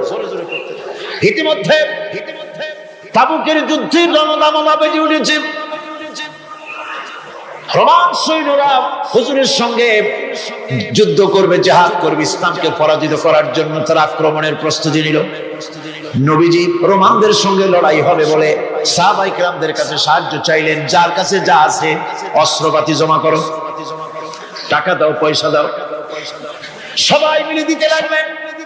দিতে দিতে মহিলারা গলার হাত, নাকের ফুল, কানের দুল হুজুরের সামনে স্তূপ হয়ে গেছে, টাকা করি, সোনা দানা সব শুদ্ধ। হুজুর বলছেন, সাহাবীরা সবাই তো সব জিনিস দিলে, আমার আবু বকররে দেখি না কেন? হযরত আবু বকর রাদিয়াল্লাহু তাআলা আনহু একটা পিলারের আড়ালে দাঁড়ানো ছিলেন। হুজুরের ডাক শুনে তিনি আসলেন, হাতে ছোট্ট একটা থলি, চোখে পানি। থলিটা হুজুরের হাতে তুলে দিলেন। হুজুর থলি ছাড়লেন, দেখা গেল কয়েকটা দিরহাম আর কয়েক কেজি গম, আর কিছু নেই। হুজুর তাকালেন, দেখছেন আবু বকর রাদিয়াল্লাহু তাআলা আনহু চোখের পানিতে দাঁড়িয়ে ভিজে ভিজে পড়তেছে। হুজুর বললেন, আমার সাহাবীরা, আজ তোমরা সকলে মিলে যে দান করেছো, সেই দানের তুলনায় আবু বকর যে দান করেছে আল্লাহ রাব্বুল আলামিনের কাছে তা বেশি মূল্য হয়েছে। মনের মধ্যে অনেকের প্রশ্ন জাগলো, কেমন করে তা হলো? আমরা এত এত দিলাম। হুজুর জিজ্ঞেস করলেন, ও সাহাবী, তুমি কত দিয়েছো, বাড়ি কত আছে? তিনি বললেন, এত দিছি, এত আছে। তুমি কত দিয়েছো, কত রেখে এসেছো? প্রত্যেকই রকম বলল। হযরতে ওসমান, হযরতে ওমর, হযরতে আলী রিদওয়ানুল্লাহ তাআলা আলাইহিম আজমাইন, তারাও বললেন, অর্ধেক এনেছি, অর্ধেক থুই আসছি, 2 ভাগ এনেছি, 1 ভাগ রেখে আসছি। সব শেষে নবীজি হযরত আবু বকর রাদিয়াল্লাহু তাআলা আনহুকে প্রশ্ন করলেন, আবু বকর, তুমি কি এনেছো আর বাড়ি কি রেখে এসেছো? হযরত আবু বকর বলেন, ইয়া রাসূলুল্লাহ, ইয়া হাবিবাল্লাহ, আমার বাড়িতে জাগতিক সম্পদ বলতে যা বোঝায় সবটুকু এনে নবীজির কদম মোবারকে দান করে দিয়েছি। আবু বকরের ঘরে এখন আল্লাহ আর তার রাসূল ছাড়া কোনো জিনিস বাকি নাই, যা ছিল সব। হুজুর জিহাদে রওনা হলেন 30,000 সৈন্য সাথে, 30,000 সৈন্য নিয়ে নবীজি তাবুকের দিকে চললেন। পথের মধ্যে হযরত আব্দুল্লাহ এসে হুজুরের সামনে দাঁড়ায় গেছেন। আব্দুল্লাহ এসে বলেন, ইয়া রাসূলুল্লাহ, একটু দাঁড়ান। এই জিহাদে মেয়ে লোক, পুরুষেরা, সাহাবীরা সবাই প্রাণ ভরে দান করলো, কিন্তু আমি এমন এক বান্দা, আল্লাহর কিছুই দিতে পারলাম না। আমার তো দেওয়ার মতো কিছুই নাই হুজুর, আমার দেওয়ার মতো কিছুই নাই। তবে আমি আপনার কাছে দোয়া চাই, আপনি দোয়া করুন, আমি যেন এই যুদ্ধে, এই জিহাদের ময়দানে আমি যেন শহীদ হতে পারি। নবীজি বললেন, একটু বাকল নিয়ে আসো গাছের। একটা গাছের বাকল আনা হলো। এই বাকলটা হুজুর নিজ হাতে আব্দুল্লাহর হাতে বাঁধা দিলেন, আর বললেন, রব্বুল আলামিন, আমি আব্দুল্লাহর রক্ত কাফেরদের জন্য হারাম করে দিলাম। হযরত আব্দুল্লাহ কেঁদে জারজার হয়ে যাচ্ছেন, বলছেন, ইয়া রাসূলুল্লাহ, আমি চাইলাম শহীদ হব, আর আপনি আমার রক্তকে কাফেরদের জন্য হারাম করে দিলেন। হুজুর বলেন, আব্দুল্লাহ রে, এখন যদি তোমার মৃত্যু জ্বরের ভিতর হয়, আল্লাহ রাব্বুল আলামিন তোমারে শাহাদাত নসিব করে দিবেন। তাবুকের ময়দানে হুজুর চলে গেলেন। কয়েকদিন পরে খবর আসলো হুজুরের কাছে, আব্দুল্লাহ কয়েকদিন জ্বর ভোগ করে আব্দুল্লাহ মারা গিয়েছেন। হুজুর বললেন, তার জানাজার ব্যবস্থা করো, কাফন দাফনের ব্যবস্থা করো। ব্যবস্থা হয়ে গেল। রাতের বেলায় দাফন হবে। একজন লোক কবরের কাছে দাঁড়ায় টিম টিম করে একটা আলো নিয়ে দাঁড়ায় আছে, আর একজন লোক কবরের ভিতরে নেমেছেন। 2 ব্যক্তি লাশ দুই হাতে উঁচু করে নিয়ে আসতেছেন কবরের কাছে। যিনি কবরের ভিতরে দাঁড়ানো তিনি বলতেছেন, লাশ বহন করে তোমরা যে দুইজন আনতেছো, লাশের সাথে খবরদার বেয়াদবি করো না, তোমাদের ভাইয়ের সঙ্গে আদব করো। এই বলে কবরের ভিতরে যিনি দাঁড়িয়েছিলেন তিনি লাশটারে ধরলেন। কবরের ভিতরে দাঁড়িয়ে তিনি লাশ ধরেছেন, লাশকে কবরে শোয়াই দিয়েছেন। তিনি আর কেউ নন, তিনি বিশ্ব নবী মুহাম্মদুর রাসূলুল্লাহ। নিজের হাতে হযরত আব্দুল্লাহকে শোয়াই দিলেন। লাশ বহন করে যে দুইজন আনলেন, তার একজন হলেন হযরত আবু বকর আর একজন হযরত ওমর রাদিয়াল্লাহু তাআলা আনহু। আর আলো নিয়ে যিনি দাঁড়িয়েছেন, টিম টিম করে জ্বলতেছেন, তিনি হযরত বেলাল। কবরের ভিতরে হযরত আব্দুল্লাহকে শুইয়ে দিয়ে উপরে মাটি দিয়ে নবীজি কবরের দুই দিকে হাত দিয়া আল্লাহ রাব্বুল আলামিনের দরবারে ফরিয়াদ তুললেন, রব্বুল আলামিন, আমি আজকে সন্ধ্যা পর্যন্ত এই আব্দুল্লাহর প্রতি রাজি ছিলাম, খুশি ছিলাম। আল্লাহ গো, তুমি আব্দুল্লাহর প্রতি রাজি হয়ে যাও।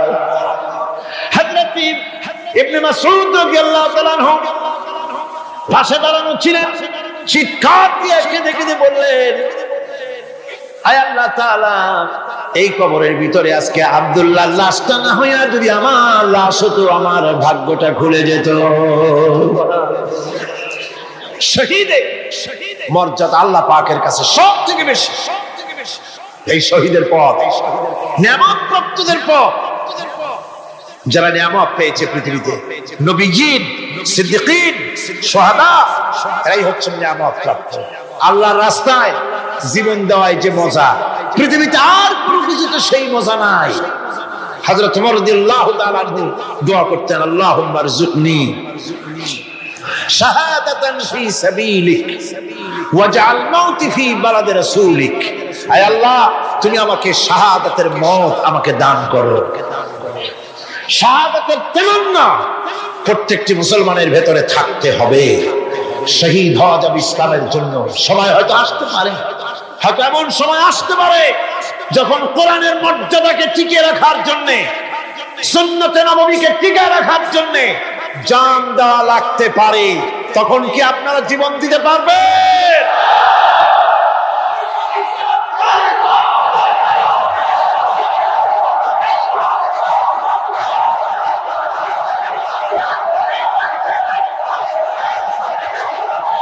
এরপরে চতুর্থ নম্বরে হচ্ছে সালিহিন।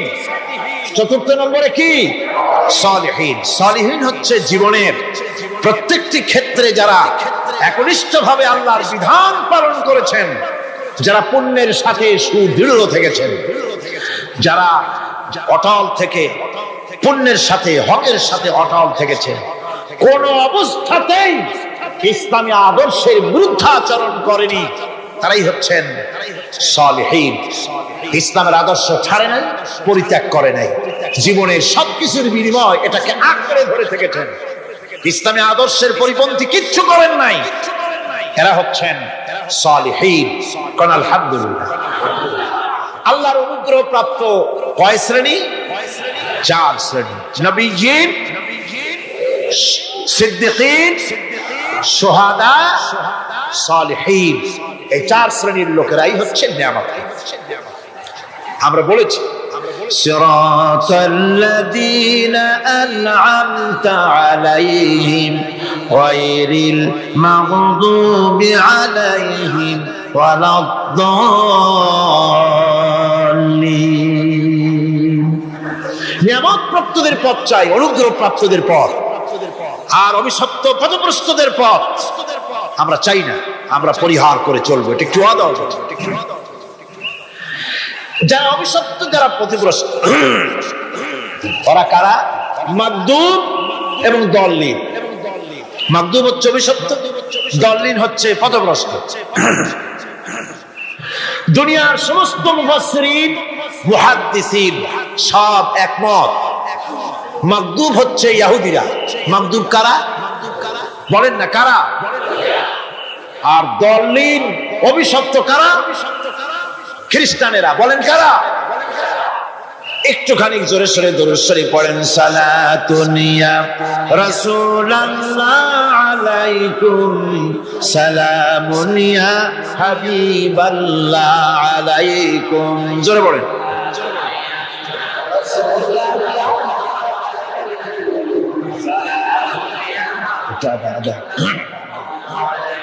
সালাতুন ইয়া রাসূলুল্লাহ,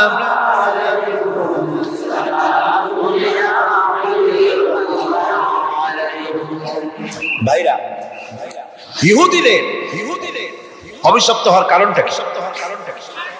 আল্লাহ রাব্বুল আলামিন বলেন, শোনো কারণ কি। ওয়াদুরিবাত আলাইহিমুল মাসকানাতু যালিকা বিআন্নাহুম কানু ইয়াকফুরুনা বিআয়াতিল্লাহি ওয়া ইয়াকতুলুনাল আমবিয়া বিগাইরি হক ذلك بما عصوا وكانوا يعتدون। তাদের উপর দারিদ্র এবং অসহায়তার অভিশাপ বর্ষিত হয়েছে। এর কারণ হলো তারা আল্লাহ পাকের আয়াতকে অস্বীকার করেছে, তারা অকারণে আল্লাহর নবীদেরকে হত্যা করেছে এবং প্রত্যেকটি ব্যাপারে আল্লাহর শরীয়তের সীমা লঙ্ঘন করেছে। যুরিবাত আলাইহিমুল যিল্লাতু ওয়াল মাসকানা ওয়া বাউ বিগাদাবিন মিনাল্লাহ। আল্লাহ পাক বলেছেন, চিরকাল ইহুদিরা অভিশপ্ত, তাদের কোন আবাসস্থল হবে না, সারা জীবন ঘুরে বেড়াবে। আপনারা বলবেন, কই ঘুরে বেড়ায় না তো, তাদের তো জায়গা হইছে জেরুজালেমে, ইসরায়েলে, সেখানে তারা জায়গা করে নিয়েছে। তাহলে এটা কেমন হলো? এটা এইভাবে হচ্ছে, ওখানে তাদেরকে প্রতিষ্ঠিত করেছে আমেরিকা, ঠিক কিনা? আল্লাহ পাক কোরআন শরীফের মধ্যে বলেছেন, যদিও মানুষের সাহায্যে কোন জায়গায় তাদেরকে আল্লাহর ইচ্ছায় অথবা মানুষের সাহায্যে কোথাও যদি জায়গা হয়, অপমানের জীবন যাপন করতে হবে সারাটা জীবন, কিয়ামত পর্যন্ত দুঃখে দুঃখে মরতে হবে, দেশে দেশে ঘুরে বেড়াতে হবে ভিক্ষুকের মতো। সে অবস্থাই হয়েছে। আমেরিকা ওদের উপর থেকে হাত উঠায়নি। মধ্যপ্রাচ্যের আজকের 20 ফোড়া ইসরায়েল, আমেরিকা যদি তাদের রুবুবিয়াতে প্রতিপালনের হাতটা উঠায় নেয়, তাহলে আরব দেশে যত লোক আছে যুদ্ধ করা লাগবে না, এক পাশে গিয়ে পেশাব করলে ভাইসে লোহিত সাগরে চলে যাবে। সুতরাং এই ইহুদিদের পথ অনুসরণ করা যাবে না। ইহুদিরা অপরাধ করছিল কি? একটু আগেই বললাম, তারা আল্লাহর আয়াতকে অস্বীকার করেছে, তারা নবীদেরকে হত্যা করেছে, এটাই হলো তাদের অপরাধ। তারা শরীয়তের ব্যাপারে বাড়াবাড়ি করেছে। আর খ্রিস্টানরা, তাদের অপরাধ কি? তাদের অপরাধ হচ্ছে তারা আল্লাহর বিধানের উপরে তারাও বাড়াবাড়ি করেছে। তারা নিজেদের আল্লাহর বিধান বাদ দিয়ে নিজেদের মন গড়া জীবন যাপন শুরু করেছে। তারা ঈসা আলাইহিস সালামকে আল্লাহর ছেলে বানাইছে। তারা মদ খায়, তারা জিনা করে, তারা শুকর খায়। তাদের উপরে শরীয়তকে সম্পূর্ণ গুলামগুল দেখায়া তারা মুশরিকের চাইতেও খারাপ হয়ে গিয়েছে, ঠিক কিনা? এরা হিন্দুরা কখনো বলে না যে আল্লাহর ছেলে মেয়ে আছে, বলে নাকি? কিন্তু ওরা আল্লাহর ছেলে বানাইছে, মেয়ে বানাইছে, বউ বানাইছে। নাউজুবিল্লাহ। আমেরিকায়, ইংল্যান্ডে, সেসব জায়গায় গির্জায় আজ আর খ্রিস্টান যাওয়ার লোক নাই। সপ্তাহে একদিন ইবাদত করে, সানডে। সেই সপ্তাহের একদিন ইবাদত করতে লোক পাওয়া যায় না। সেদিন তারা ফুর্তি নাস্তি করার জন্য বউ বাচ্চা নিয়ে, মদ টদ নিয়ে, সিবেচে গিয়ে কাপড় চোপড় ভালাইয়া যা খুশি তাই করে। তারা মসজিদে আসে, কি বলে, গির্জায় যায় না। ফলে আমার নিজের চোখে দেখেছি বহুত গির্জা এমন আছে যার সামনে লেখা আছে ফর সেল, বিক্রয়ের জন্য।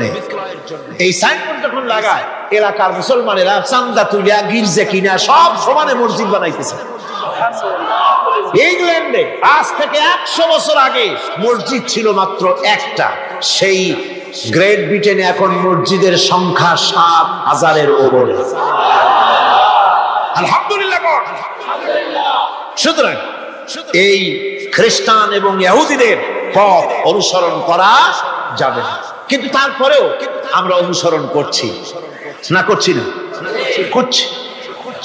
বিশ্বকবি, কবি সম্রাট আল্লামা ডক্টর ইকবাল रहमतुल्लाह अलैहि सुंदर করে বলেছেন, वदअ में हो तुम नसारा तो तमद्दुन में हनूद, वदअ में हो तुम नसारा तो तमद्दुन में हनूद, ये मुसलमान है जिन्हें देख के शर्माए यहूद।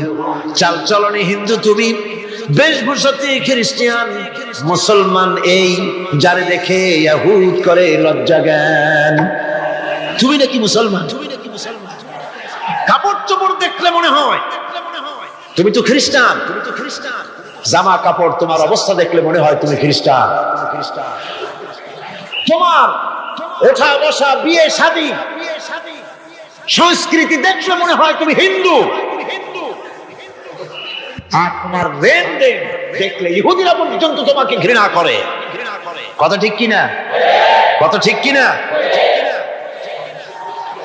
এই হলো মুসলমানদের অবস্থা। সুতরাং আল্লাহ পাক বলছেন ইহুদিদেরকে ছাড়তে হবে, খ্রিস্টানদের অনুকরণ ছাড়তে হবে।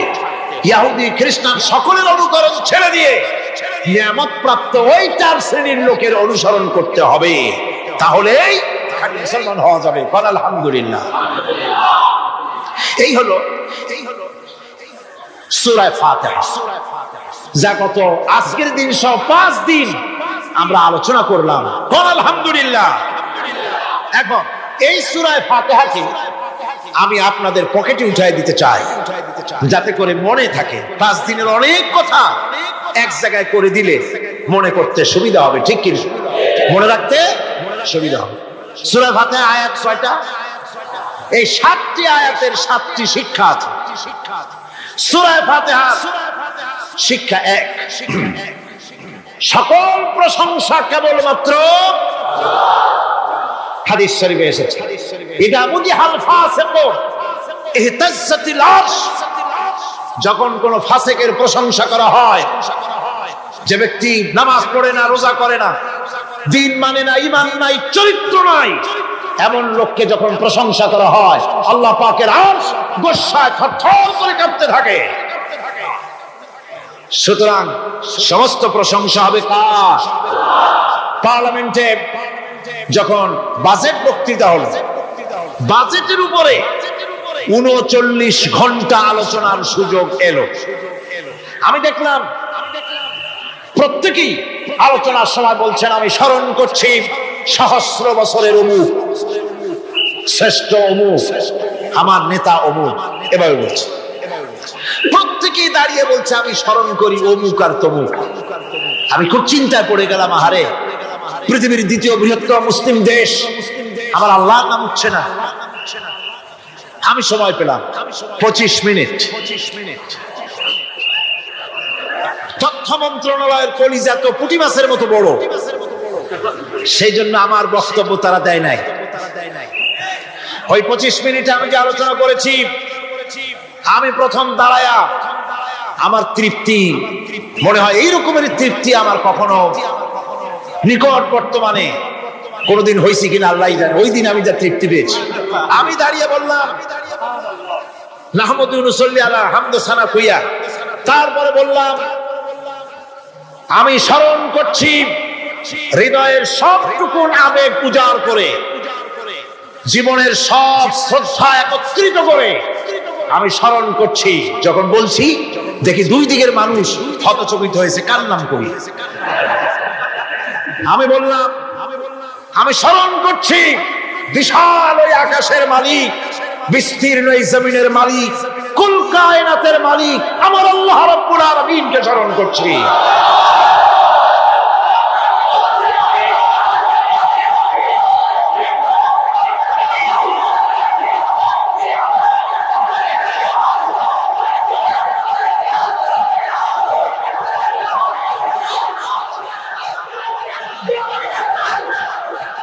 সুতরাং আমি দারুণ তৃপ্তি পেয়েছি। আপনাদেরকেও বলি, প্রশংসা হবে কেবলমাত্র আল্লাহ পাকের। প্রশংসা কার? আর প্রশংসা হবে বিশ্ব নবী জনাবে মুহাম্মদ রাসূলুল্লাহ সাল্লাল্লাহু আলাইহি ওয়াসাল্লাম।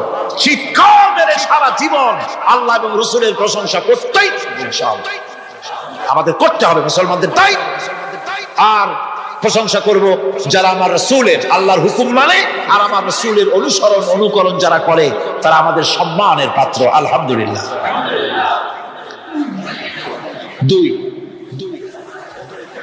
শেষ বিচারে একমাত্র মালিক হচ্ছেন আল্লাহ পাক। সূরা ফাতিহার দ্বিতীয় শিক্ষা, শেষ বিচারের দিন, ডে অফ জাজমেন্ট, শেষ বিচারের দিনের মালিককে একচ্ছত্র অধিপতি আল্লাহ রাব্বুল আলামিন। যেদিন কেউ কথা বলতে পারবে না আল্লাহ পাকের নির্দেশ ছাড়া, সেই হাসরের মাঠের একচ্ছত্র মালিক আল্লাহ পাক।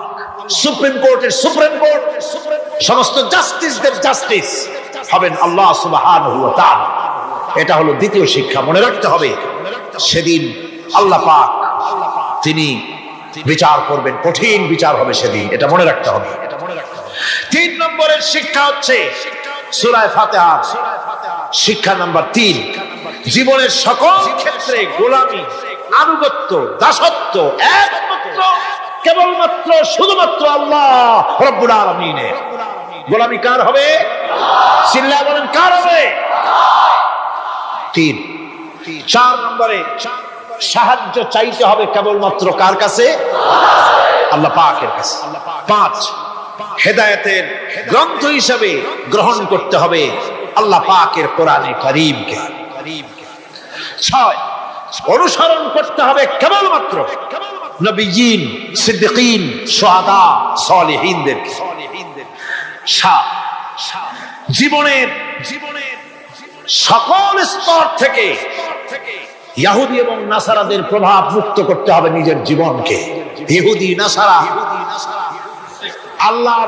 আল্লাহ বিরোধী যারা মুশরিক, নাস্তিক, মুরতাদ, এই সবগুলি থেকে নিজেকে মুক্ত করতে হবে। গোলামি হবে কেবলমাত্র আল্লাহ পাকের। আর এইভাবে 7টি আয়াতের 7টি শিক্ষা আপনাদের সামনে পেশ করলাম। আল্লাহ রাব্বুল আলামিন এগুলি যেন মানার তৌফিক আমাদের দেন, আমরা বলি আমিন। আর জোরে বলেন আমিন। বন্ধুগণ, গায়রিল মাগদুবি আলাইহিম ওয়ালাদ-দাল্লিন আমরা পড়ি, ইহুদি এবং খ্রিস্টানের পথ অনুসরণ করব না বলি, কিন্তু এই তো 1 জানুয়ারি আসতেছে। 1 জানুয়ারি 1997 সন, 31 ডিসেম্বর রাত 12টা 1 মিনিটের সময় বাংলাদেশের শহর সমূহে বাজি পোড়ানো শুরু হয়। কথা ঠিক কিনা? আমি জিজ্ঞেস করতে চাই, এটা কি খ্রিস্টানের দেশ? জোরে বলেন, এটা কি খ্রিস্টানের দেশ? অবশ্য আমাদের দেশে খ্রিস্টান, হিন্দু, বৌদ্ধ যারা আছে তারাও আমাদের নাগরিক, সন্দেহ নাই। কিন্তু এই দেশ হচ্ছে পৃথিবীর 2য় বৃহত্তম মুসলিম দেশ। খ্রিস্টানেরা নববর্ষ উদযাপনের জন্য বাজি পোড়া, ফুর্তি করুন, যা বললে তাই করুন, কিন্তু একজন মুসলমান এই নববর্ষ উদযাপনের জন্য বাজি পোড়াতে পারে না, বোমা ফুটাতে পারে না, ফুর্তি করতে পারে না, মানে নাই, জাস্টিফিকেশন নাই। এটা যদি করা হয় আপনি খ্রিস্টানদের গোলামি করছেন, এটাই প্রমাণিত হবে। 1 বৈশাখ নববর্ষ উদযাপন করা হয় আমাদের দেশে। আজ 2-4 বছর ধরে শুরু হয়েছে 1 বৈশাখ উদযাপন করা। 1 বৈশাখে সকাল বেলায় বাসন্তী রঙের শাড়ি পরে সারা রাত রাস্তায় আলপনা এঁকে রমনা লেকের পাশে গিয়ে যুবতী আর যুবকরা বাসন্তী রঙের শাড়ি পরে সূর্য উদয়ের পানে করজোড়ে সেদিকে তাকিয়ে বলে, এসো হে নববৈশাখ, স্বাগতম হে। বৈশাখ বলে বাবাজিরা আমারে ডাকতেছো, ওয়েট এন্ড সি, অপেক্ষা করো, আসতেছি। যে বৈশাখকে ডাকা হলো, স্বাভাবিক বৈশাখ কাল বৈশাখীর রুদ্র রূপ ধারণ করে 180 মাইল স্পিডে এসে বাড়ি ঘর কল কারখানা ভাঙ্গিয়া জনমের মতো স্বাগতম হে।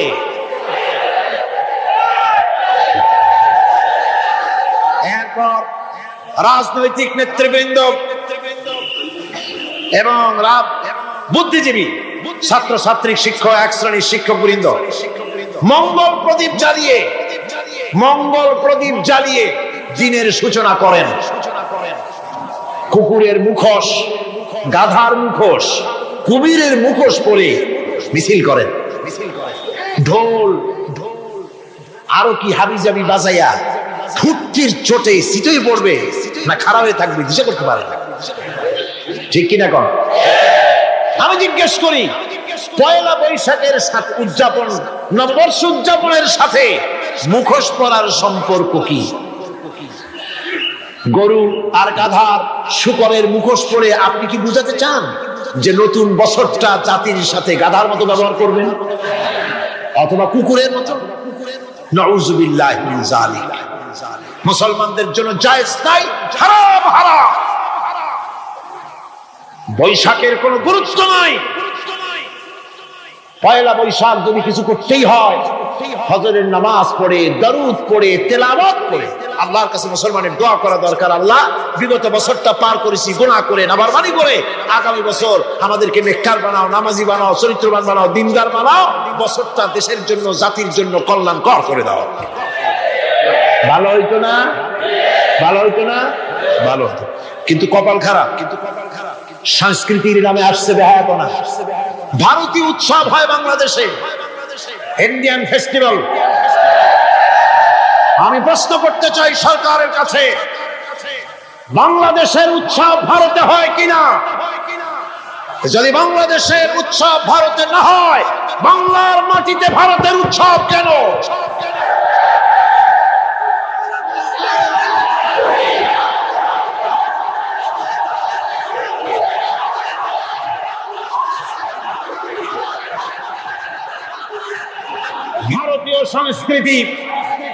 ভারতীয় সংস্কৃতি মুসলমানদের জন্য এইডসের চাইতেও মারাত্মক।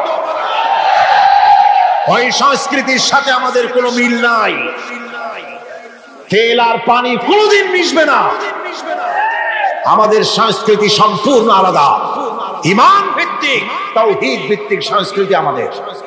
যুবতী মেয়েদেরকে এনে প্রতিদিন সপ্তাহে সপ্তাহে ডজনকে ডজন শিল্পী আনা হচ্ছে আমাদের দেশে, গায়িকা, নর্তকী।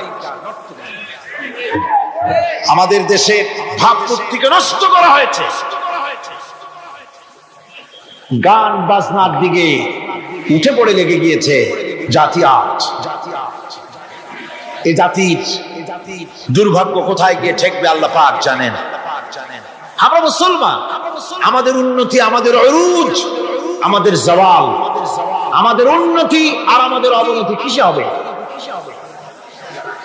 বিশ্বকবি বলছেন, তুঝে বাতাও তকদীরে উমম ক্যা হ্যায়, তুঝে বাতাও তকদীরে উমম ক্যা হ্যায়, শমশীর ও সনা আউয়াল তাউস ওর বাবা কি।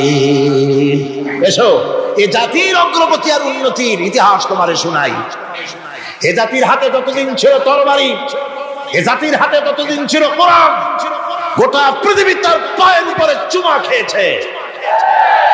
আর যেদিন কোরআনের পরিবর্তে জাতির হাতে এসেছে তানপুরা, বেহালা, ঢোল, সারিন্দা, নারিন্দা, সারেগামা, পাদানিসা, তখনই কপাল পড়েছে জাতি।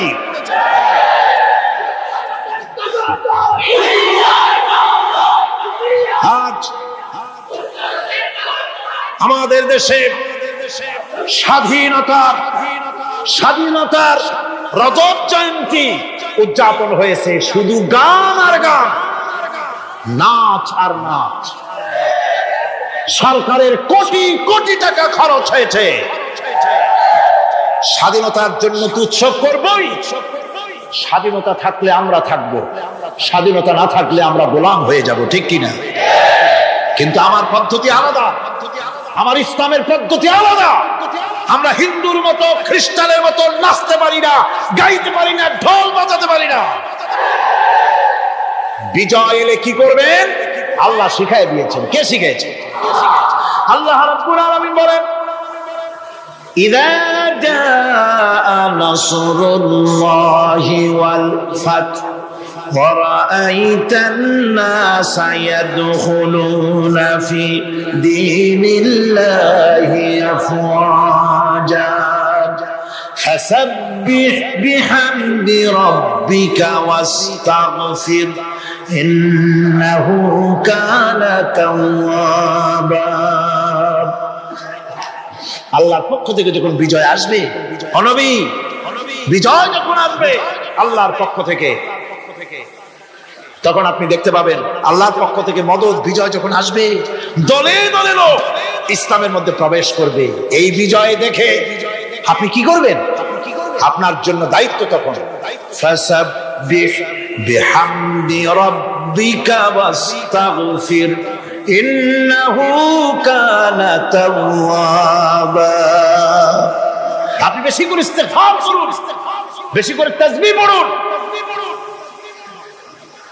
রাসূল করিম সাল্লাল্লাহু আলাইহি ওয়াসাল্লাম এই সূরা নাযিল হওয়ার পর, ইসলামের চূড়ান্ত বিজয়ের মুহূর্তে এই সূরা যখন নাযিল হলো, রাসূল করিম সাল্লাল্লাহু আলাইহি ওয়াসাল্লাম হাদিস শরীফে এসেছে বেশিরভাগ করতেন সুবহানাকা আল্লাহুম্মা ওয়া বিহামদিকা নাস্তাগফিরুকা ওয়া নাতুবু ইলাইক। সুবহানাকা পড়েন, সুবহানাকা আল্লাহুম্মা ওয়া বিহামদিকা নাস্তাগফিরুকা ওয়া নাতুবু ইলাইক। রাসূল করিম সাল্লাল্লাহু আলাইহি ওয়াসাল্লামকে হযরত আয়েশা সিদ্দিকা রাদিয়াল্লাহু তাআলা আনহা জিজ্ঞেস করেছেন, হুজুর আপনি এখন এই দোয়াটা একটু বেশি বেশি করতেছেন কেন? হুজুর বলেছেন, এটা আমাকে পড়তে বলা হয়েছে, আমাকে ইস্তেগফার করতে বলা হয়েছে, আমাকে তাসবিহ করতে বলা হয়েছে। অর্থাৎ বিজয়ে বিনয়ী হও, স্বাধীনতা দেন আল্লাহ, টিকায় রাখার মালিকও সে আল্লাহর প্রতি রুজু হতে হবে, মাথা নত করতে হবে। ঢোল বাজায় জাতির স্বাধীনতা রক্ষা করা যাবে না। গান গে নাটক করে ভারতীয় সংস্কৃতির উলঙ্গ বেহায়া নাট্যকে এনে বাংলাদেশের স্বাধীনতা রক্ষা করা যাবে না। স্বাধীনতা রক্ষা করতে পারবে ইমানদার সাহসী সরকার। ইমানদার হতে হবে, সাহসী হতে হবে। স্পষ্ট করে ভারতকে জানিয়ে দিতে হবে, বাংলাদেশের বুকের উপর থেকে ট্রানজিট দেওয়া হবে না, হবে না, হবে না। আমাদের চট্টগ্রামের এই চট্টগ্রামের পোর্টকে থামুন, চট্টগ্রামের বীর চট্টগ্রাম পোর্টকে ভারতের জন্য মুক্ত হতে দেওয়া হবে না। এদেশের লক্ষ লক্ষ মানুষের জীবন যেতে পারে, ভারতকে ট্রানজিট দেব না। ভারতকে ট্রানজিট দেওয়ার অর্থ হলো ভারতের সেনাবাহিনীকে বাংলাদেশকে ওয়েলকাম করা, ভারতের ডেঙ্গু জ্বর তাদের এইডস রোগ বাংলাদেশে আমদানি করা, বাংলাদেশকে ভুটান সিকিমের মতো ভারতের গোলাম বানিয়ে দেওয়া।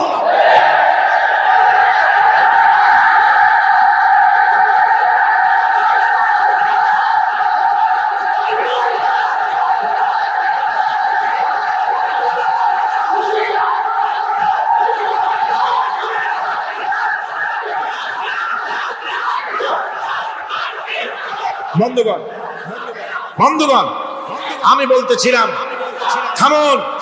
গায়রিল মাগদুবি আলাইহিম ওয়ালাদ-দাল্লিন, খ্রিস্টান, ইহুদি, হিন্দু, মুশরিক কারো অনুসরণ করব না। অনুসরণ করব কয় শ্রেণীর? 4 শ্রেণীর। নবীয়িন, সিদ্দিকিন, শুহাদা, সালেহিন। কোন আলহামদুলিল্লাহ। এরপর আমরা মুসলমান, কিন্তু আমাদের বিবাহ অনুষ্ঠান যখন হয়, এই বিবাহ অনুষ্ঠানগুলি আমরা কি মুসলমানদের মতো করি? জবাব চাই, করি? আপনারা যে হলুদ অনুষ্ঠান করেন, শরীয়তের কোন জায়গায় আছে? এই হলুদ অনুষ্ঠান হিন্দুদের কাছ থেকে আমদানি হয়েছে। একটা হলুদ অনুষ্ঠানে যা খরচ হয় তা দিয়ে 6টা বিয়ে করানো যায়। সুতরাং আজ থেকে তওবা করুন, আমরা আর হলুদ অনুষ্ঠান করব না। রাজি আছেন? রাজি আছেন? বিবাহের নামে অপসংস্কৃতির জায়গা আমরা করে দিতে পারি না। যৌতুক যেমন হারাম, গত মাহফিলে বলেছি, মনে আছে না? মনে আছে কিনা? যৌতুক যেমন হারাম, যৌতুক কি আপনারা নেবেন নাকি? মেয়েওয়ালাদের উপরে চাপ সৃষ্টি করবেন না, জায়েজ নাই। মেয়েওয়ালারা যদি ইচ্ছে করে কিছু দেয়, নিবেন। আমি তো আশা করেছিলাম যে সংসদ নেত্রী, প্রধানমন্ত্রী মহিলা, বিরোধী দলীয় নেত্রীও মহিলা, সুতরাং মহিলাদের উপরে তাদের দরদের খাতিরেই তারা যৌতুক বিল উত্থাপন করবেন, কিন্তু তারা করেন নাই। তাদের উচিত ছিল যৌতুককে ঝাঁটা মেরে বঙ্গোপসাগরে ফেলে দেওয়া, ওনারা তা করেন নাই। কিন্তু আমি ইনশাআল্লাহ সংসদে যৌতুক বিল জমা দেব ইনশাআল্লাহ। আমি একা অথবা আমরা তিনজন যাই হই, সংসদে আমি কখনো একাকিত্ব ফিল করি না, কারণ আল্লাহ রাব্বুল আলামিন আমার সাথে আছেন।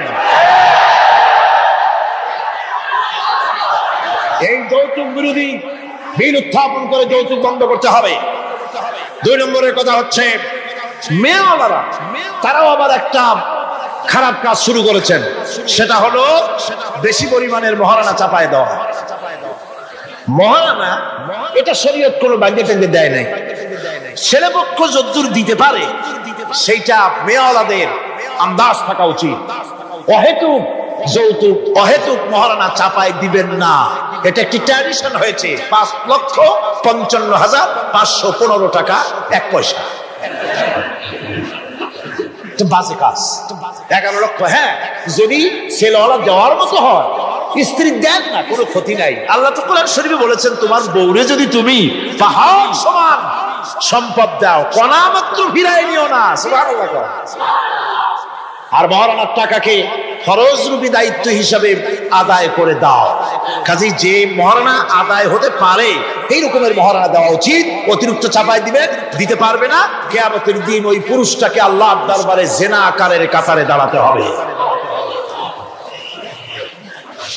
আমাদের বিবাহ সম্পর্কে কথাটা বললাম, মনে রাখবেন, যৌতুক নিবেন না, আর অতিরিক্ত মহারানার বোঝাও চাপায় দিবেন না। তবে যা দিতে পারে সেই রকমই আপনারা দিবেন। এরপর আর একটা জিনিস আমাদের দেশে চালু আছে, যা হিন্দু খ্রিস্টানদের সঙ্গে মিলে যায়, তা হচ্ছে কোন সম্মানিত লোক মারা গেল, তার জন্য নীরব হয়ে দাঁড়ায় থাকা। আমাদের পার্লামেন্টের একজন সদস্য মারা গেলেন, সংসদে প্রস্তাব উঠল 1 মিনিট নীরব হয়ে দাঁড়ায় থাকে। আমি বললাম, স্পিকার সাহেব, 1 মিনিট দাঁড়ায় থাকলে যদি সওয়াব হয়, তো 1 মিনিট কেন, আসুন আমরা 25 মিনিট খাড়াই থাকি। আর যদি কোনো সওয়াবই না হয়, তাহলে এই প্রহসন কেন? আমরা তো আমাদের মা বাপের কবরের কাছে গিয়া কোনোদিন ভূতের মতো খাড়াই থাকি না, সেখানে তো অবশ্যই আমরা দোয়া দুরূদ পড়ি, ঠিক কিনা? বললাম, স্পিকার সাহেব, আমার মাহফিল যদি হতো তা আমি বলতাম সূরা ফাতিহা পড়েন, ইখলাস পড়েন, দরুদ শরীফ পড়েন। এটা আপনার মাহফিল, এটার গার্ডিয়ান আপনি, এটার অভিভাবক আপনি। আপনি সকলকে বলেন সূরা ফাতিহা, সূরা ইখলাস পড়তে। মাননীয় সম্মানিত স্পিকার সাথে সাথে বললেন সকলকে, আপনারা ফাতিহা পড়েন, ইখলাস পড়েন, দরুদ শরীফ পড়েন। আলহামদুলিল্লাহ, বললেন আলহামদুলিল্লাহ। আমরা চেষ্টা করছি সংসদের ভেতরে একটা গুণগত পরিবর্তন আনার জন্য। আল্লাহ যেন তৌফিক দেন, জোরে বলেন আমিন।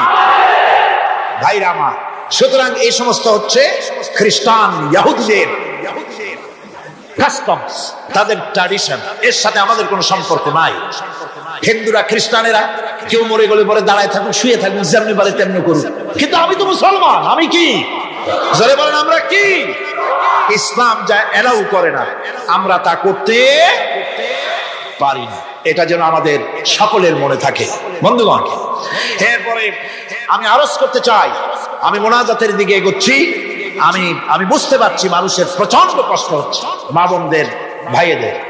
এরপরে যে কথাটি আমি বলতে চাই সেটা হলো, বাংলাদেশ হচ্ছে ইসলামের ঘাঁটি, ইসলামের দুর্জয় ঘাঁটি। আমাদের এই দেশে আল্লাহর দ্বীন কায়েম করতে হবে। জমিন আল্লাহ। আমি জিজ্ঞেস করতে চাই, এই লক্ষ লক্ষ জনতার কাছে জমিন কার? আমি খুশি হইতে পারলাম না। আপনারা আল্লাহর নামটা কি জোরে নিছিলেন? গায়ে যত শক্তি আছে ওই শক্তি দিয়ে আল্লাহর নামটা নিছিলেন?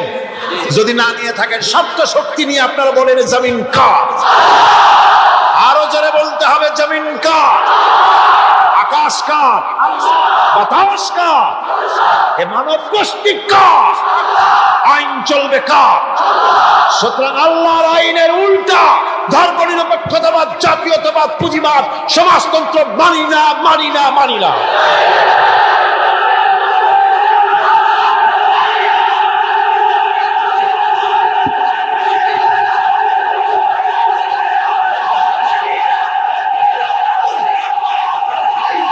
আল্লাহর এই জমিনে সরে যাও। আল্লাহর এই জমিনে প্রয়োজন হচ্ছে আল্লাহর দ্বীন প্রতিষ্ঠার জন্য ঐক্যবদ্ধ প্রচেষ্টা। এজন্য চাই ওলামা মাশায়েখদের ঐক্য। কি চাই? ওলামা মাশায়েখদের ঐক্য চাই। কথা ঠিক কিনা? কিন্তু আমাদের দেশের এক শ্রেণীর উলামা আছেন, তাদের প্রতি সম্পূর্ণ শ্রদ্ধা জানিয়ে বলছি, ওনারা বুঝতে পারেন না, ওনাদের অজান্তেই ওনাদেরকে নির্বাচনে খাড়া করে দেয় পয়সা দিয়া। হুজুর আপনার খরচ হবে না, যা লাগে দিয়ে দেব। আপনার মতো লোক যদি নির্বাচন না করে, আপনি যদি পার্লামেন্টে না যান, তো পার্লামেন্ট দিয়ে হবে কি? ওই হুজুর বোঝেন না যে আমি পার্লামেন্টে যাই করবো নাকি? ওখানে যাই করি কাজ, জানলার দরজা কয়টা গুনিয়ে গুলি দিতে পারবে না। ওনার জামানত বাজেয়াপ্ত হবে, উনি তা নিজেও জানেন। তারপরেও ইসলামী আন্দোলনের একটা লোকজন ফেল করানো যায়, সেজন্যই সম্পূর্ণ ইখলাসের সাথে উনি দাঁড়ায় যায়। আর এই জন্য পার্শ্ববর্তী দেশ থেকে কিছু লোক আসেন, তারা এসে এদেশের মুসলমান এবং উলামাদের মধ্যে অনৈক্য ঘটায় যান। তারা যত বড় আলেম হোক আর পীর নামের হোক, আমি তাদেরকে সাবধান হতে বলি, আপনার রাজনীতি আপনার দেশে করুন, আওলাদের রাসূলের নাম লাগাইয়া বাংলাদেশের রাজনীতিতে নাক গলাবেন না।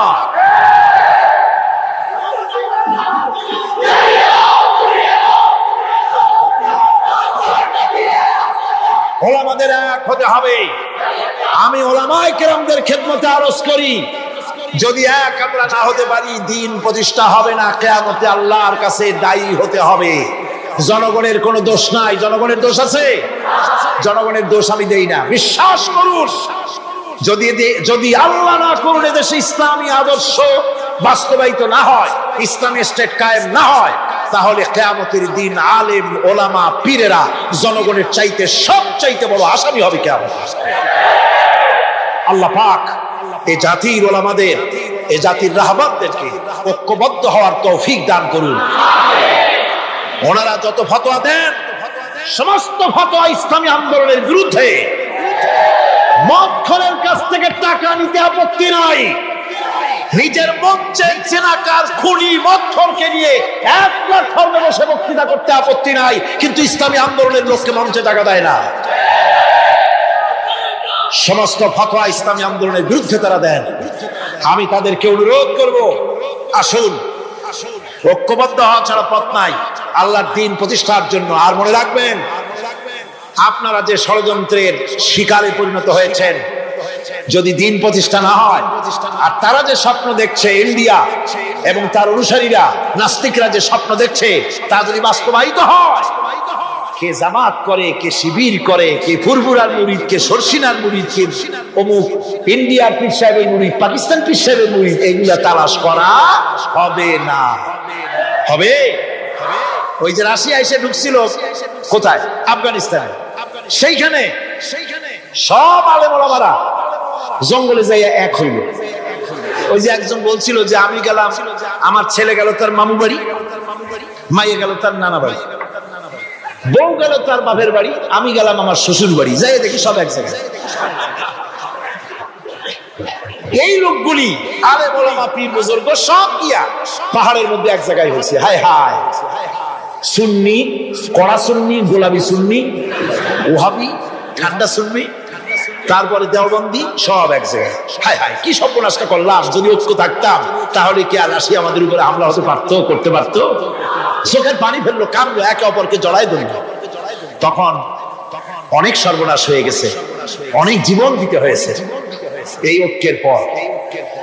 তারপরে আল্লাহ মেহেরবানি করেছেন তওবা করার কারণে।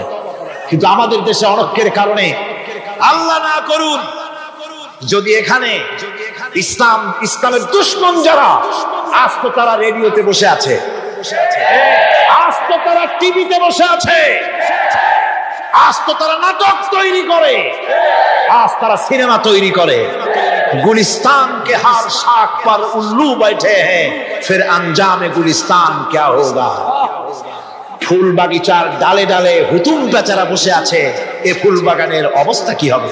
নাস্তিক, মুরতাদ, বেঈমান সব এগুলিকে দখল করে আল্লাহর দ্বীনকে বুড়ো আঙ্গুল দেখাবার প্রচেষ্টা চালাচ্ছে। যদি তাদের স্বপ্ন কামিয়াব হয়, তাহলে মনে রাখবেন, ওই কাবলির মতো, যে কাবলি এসে দেখছিল যে বাঙালি ছেলে, বাংলাদেশি ছেলে, সে জাম খেতেছে, জিজ্ঞেস করছে তুম সব ক্যা খায়া করতে হো? বলছে হাম সব জাম খায়া করতে হ্যাঁ। काबली बोलছে हम खा सकते हैं क्यों नहीं जरूर तशरीफ लाइए दरख्त पर और मजे से खाइए আসেন গাছে ওঠেন জমের খাওয়া খান কাবলি উঠছে এখন ও আর বোঝে না যে কোনটা ভালো লাগবে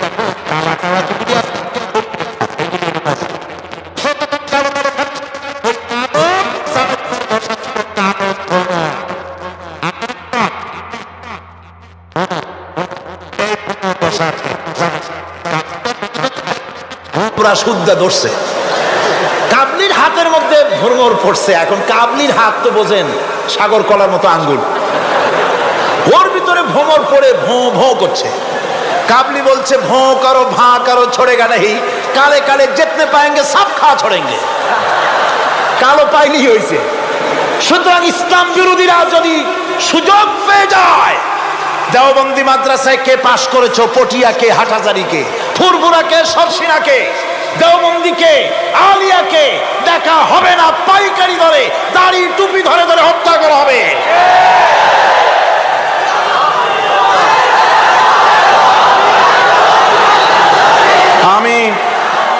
আমি অত্যন্ত বিনীতভাবে চট্টগ্রামের তাফসীরের কোরআন মাহফিলের পক্ষ থেকে গোটা দেশবাসীকে আহ্বান জানাই আলেম ওলামাদের প্রতি বলি আপনাদের পায়ে ধরি ওলামা হযরত পীর সাহেব কেবলারা আপনাদের পায়ে ধরি আল্লাহর রাস্তে ঐক্যবদ্ধ হন ইসলামী আন্দোলনের বিরুদ্ধে ফতোয়া দিবেন না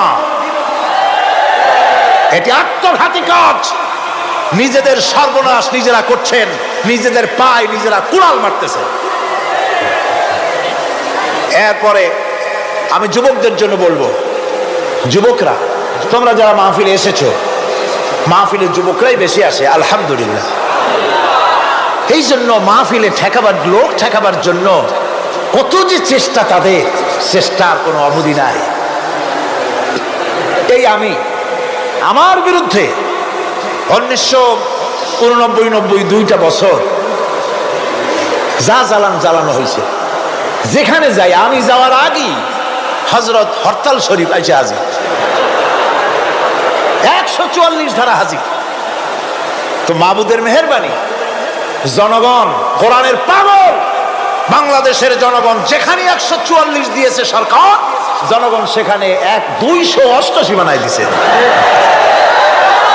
এক পত্রিকায় দেখলাম সেখানে লিখেছে হরতালও সফল তাফসীরও সফল তা আবার কেমনে তারপরে দেখলাম উনি নিজেই লিখছেন তিনি আবার এখনকার সরকারের একজন মন্ত্রীও প্রতিমন্ত্রী তিনি লিখছেন সেখানে যে সাইদি যেখানে যায় হরতালের ডাক দেওয়া হয় তো হরতালের ডাক দেওয়া হলো পরে স্কুল বন্ধ কলেজ বন্ধ মাদ্রাসা বন্ধ দোকানপাট বন্ধ কারখানা বন্ধ সন্ধ্যার দিকে কারো কোনো কাজ নাই সব তাফসীরে হাজির তো দুটোই সফল হলো কোরআনের পাগল থেকে কোরআনের পাগলদেরকে কোরআন থেকে বঞ্চিত করা দূরে রাখা ওদের সবচাইতে বড় ভয় বুড়ারা ওরাই যাবে মাহফিলে যুবকরা যায় কেন ওদের চিন্তা যে আমাদের পুকুরের জিয়ানো মাছগুলি সব তো নিয়ে গেল ঠেকাইতে পারবে না এই যুবকদের শরীরের ভিতরে রক্ত কার না না আল্লাহ রক্ত না আন্দাজে কথা কইেন না এই যুবকদের মধ্যে রক্ত হিন্দুর রক্ত নাই সূর্য সেনের এক ফোঁটা রক্ত নাই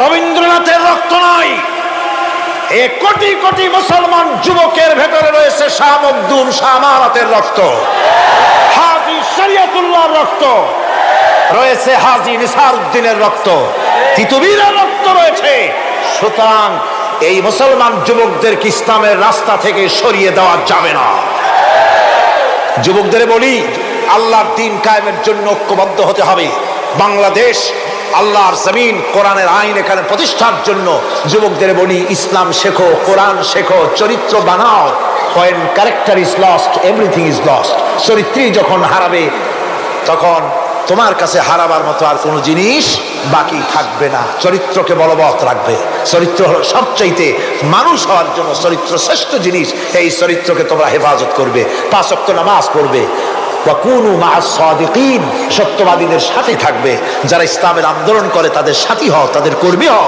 আল্লাহ রাব্বুল আলামিন তোমাদেরকে যুগের খালিদ বিন ওলীদ আল্লাহ বানাই দিবেন আমি তো বিশ্বাস করি এই যুবকদের হাতেই ইসলামের পতাকা উড়বে বাংলাদেশে ইনশাআল্লাহ।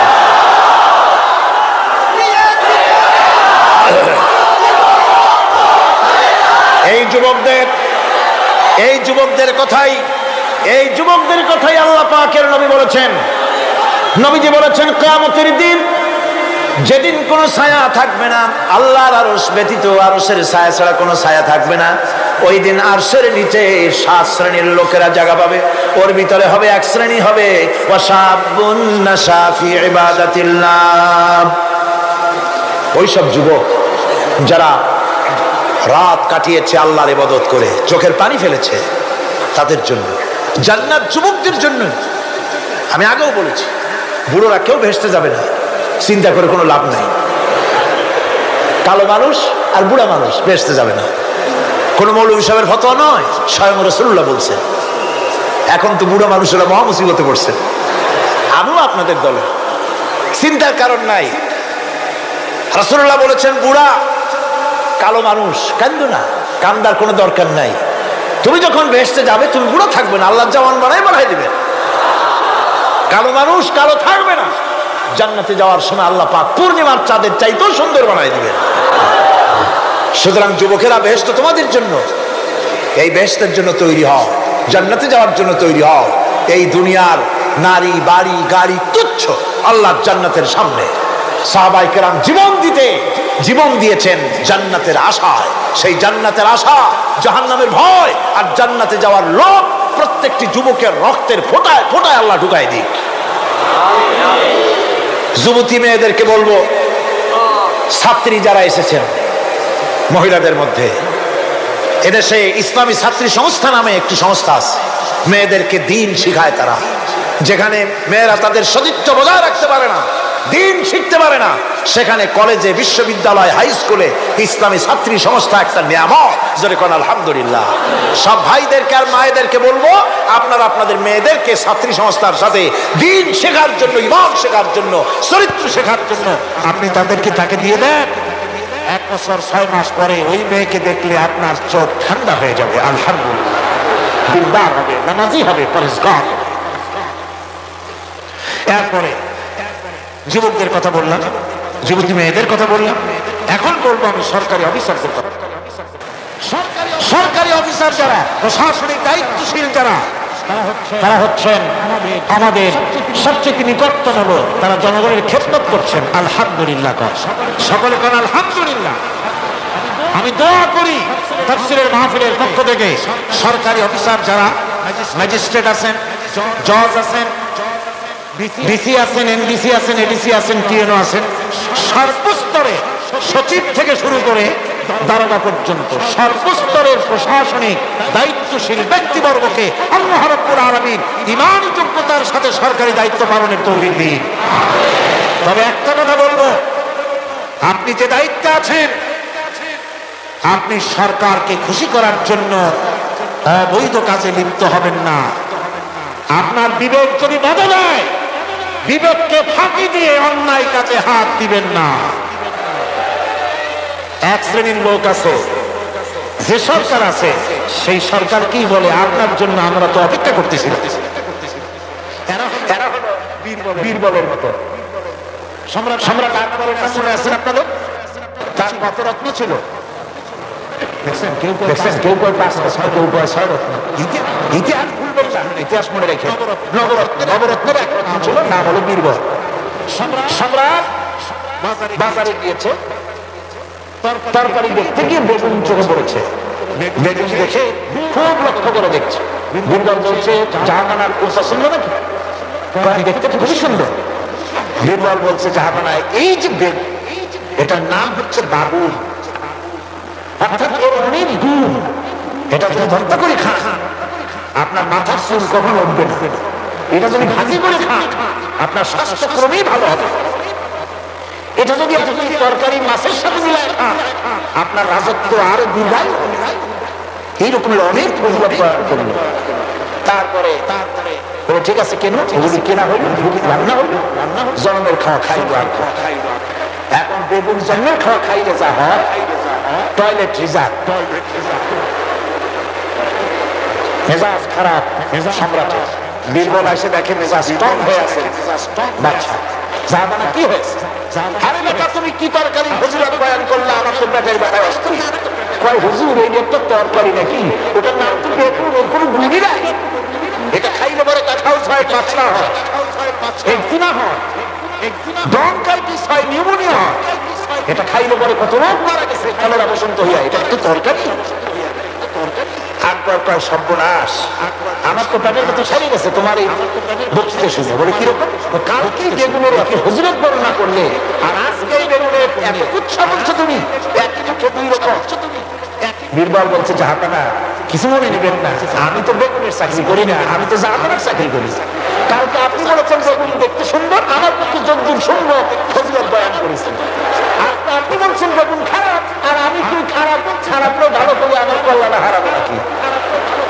আমার দেশের সচিব থেকে শুরু করে সর্বস্তরের অফিসাররা বলবো সরকারকে ক্ষতি করার জন্য ইসলামের বিরুদ্ধে পদক্ষেপ নেবেন না। ইসলামের পক্ষে থাকো, ইসলামের পক্ষে। এই কথা কখনো ভুলে যাবেন না। আল্লাহ রাব্বুল আলামিন আপনাদেরকে সিংহের মতো, আল্লাহ রাব্বুল আলামিন আপনাদেরকে ব্যাঘ্রের মতো ইমানি মজবুতির সঙ্গে ইমানের দায়িত্বের সাথে সরকারি দায়িত্ব পালনের তৌফিক আমার আল্লাহ যেন দান করেন, দোয়া করি। এরপরে বলবো আমার মা বোনদের কথা, যারা কষ্ট করে এসেছেন। আমরা মোনাজাতের দিকে ক্রমে এগিয়ে যাচ্ছি, বক্তব্য শেষ পর্যায়ে এসেছি। মা বোন, আমাদের বোনেরা, আমাদের মায়েরা আমাদের কাছে সবচেয়ে সম্মানের পাত্রী। কোন আলহামদুলিল্লাহ। আজকে বললেন কেন? সকালবেলা এখানে মহিলা অনুষ্ঠান হয়েছিল, হাজার হাজার মা বোনেরা এসেছিলেন। একজনের প্রশ্ন করলেন যে স্বামীর পায়ের তলে নাকি স্ত্রীর জান্নাত। আমি বলেছি এটা বাজে কথা, মিথ্যে কথা।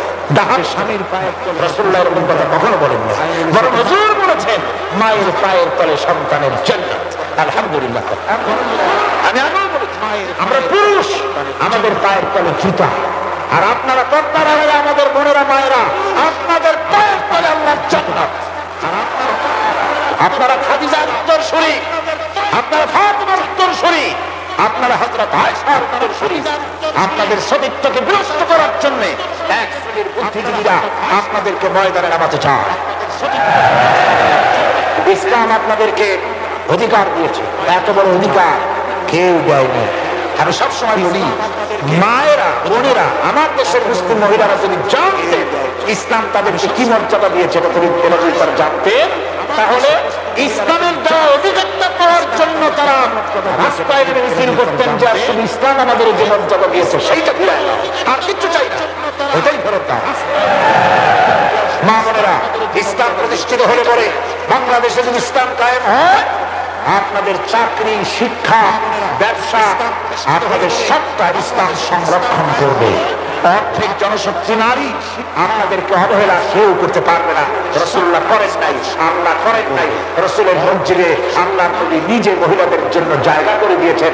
আজ মসজিদে নববীতে বাবুন নিসা, মহিলাদের জন্য আলাদা দরজা রিজার্ভ করেছে। আলহামদুলিল্লাহ।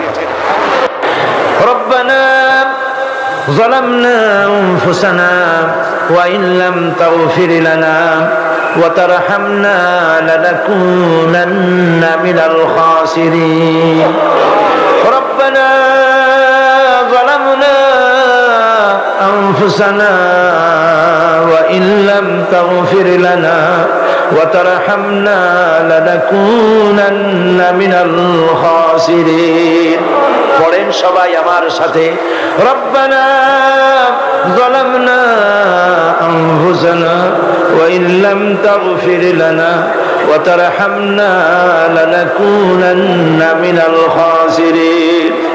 আয় আল্লাহ তাআলা, 5 দিন ধরে কোরআনে কারীমের তাফসীরের মাহফিলে আমরা আলোচনা করেছি, দরুদ ও সালাম পড়েছি, জিকির আজকার করেছি, তেলাওয়াত করেছি।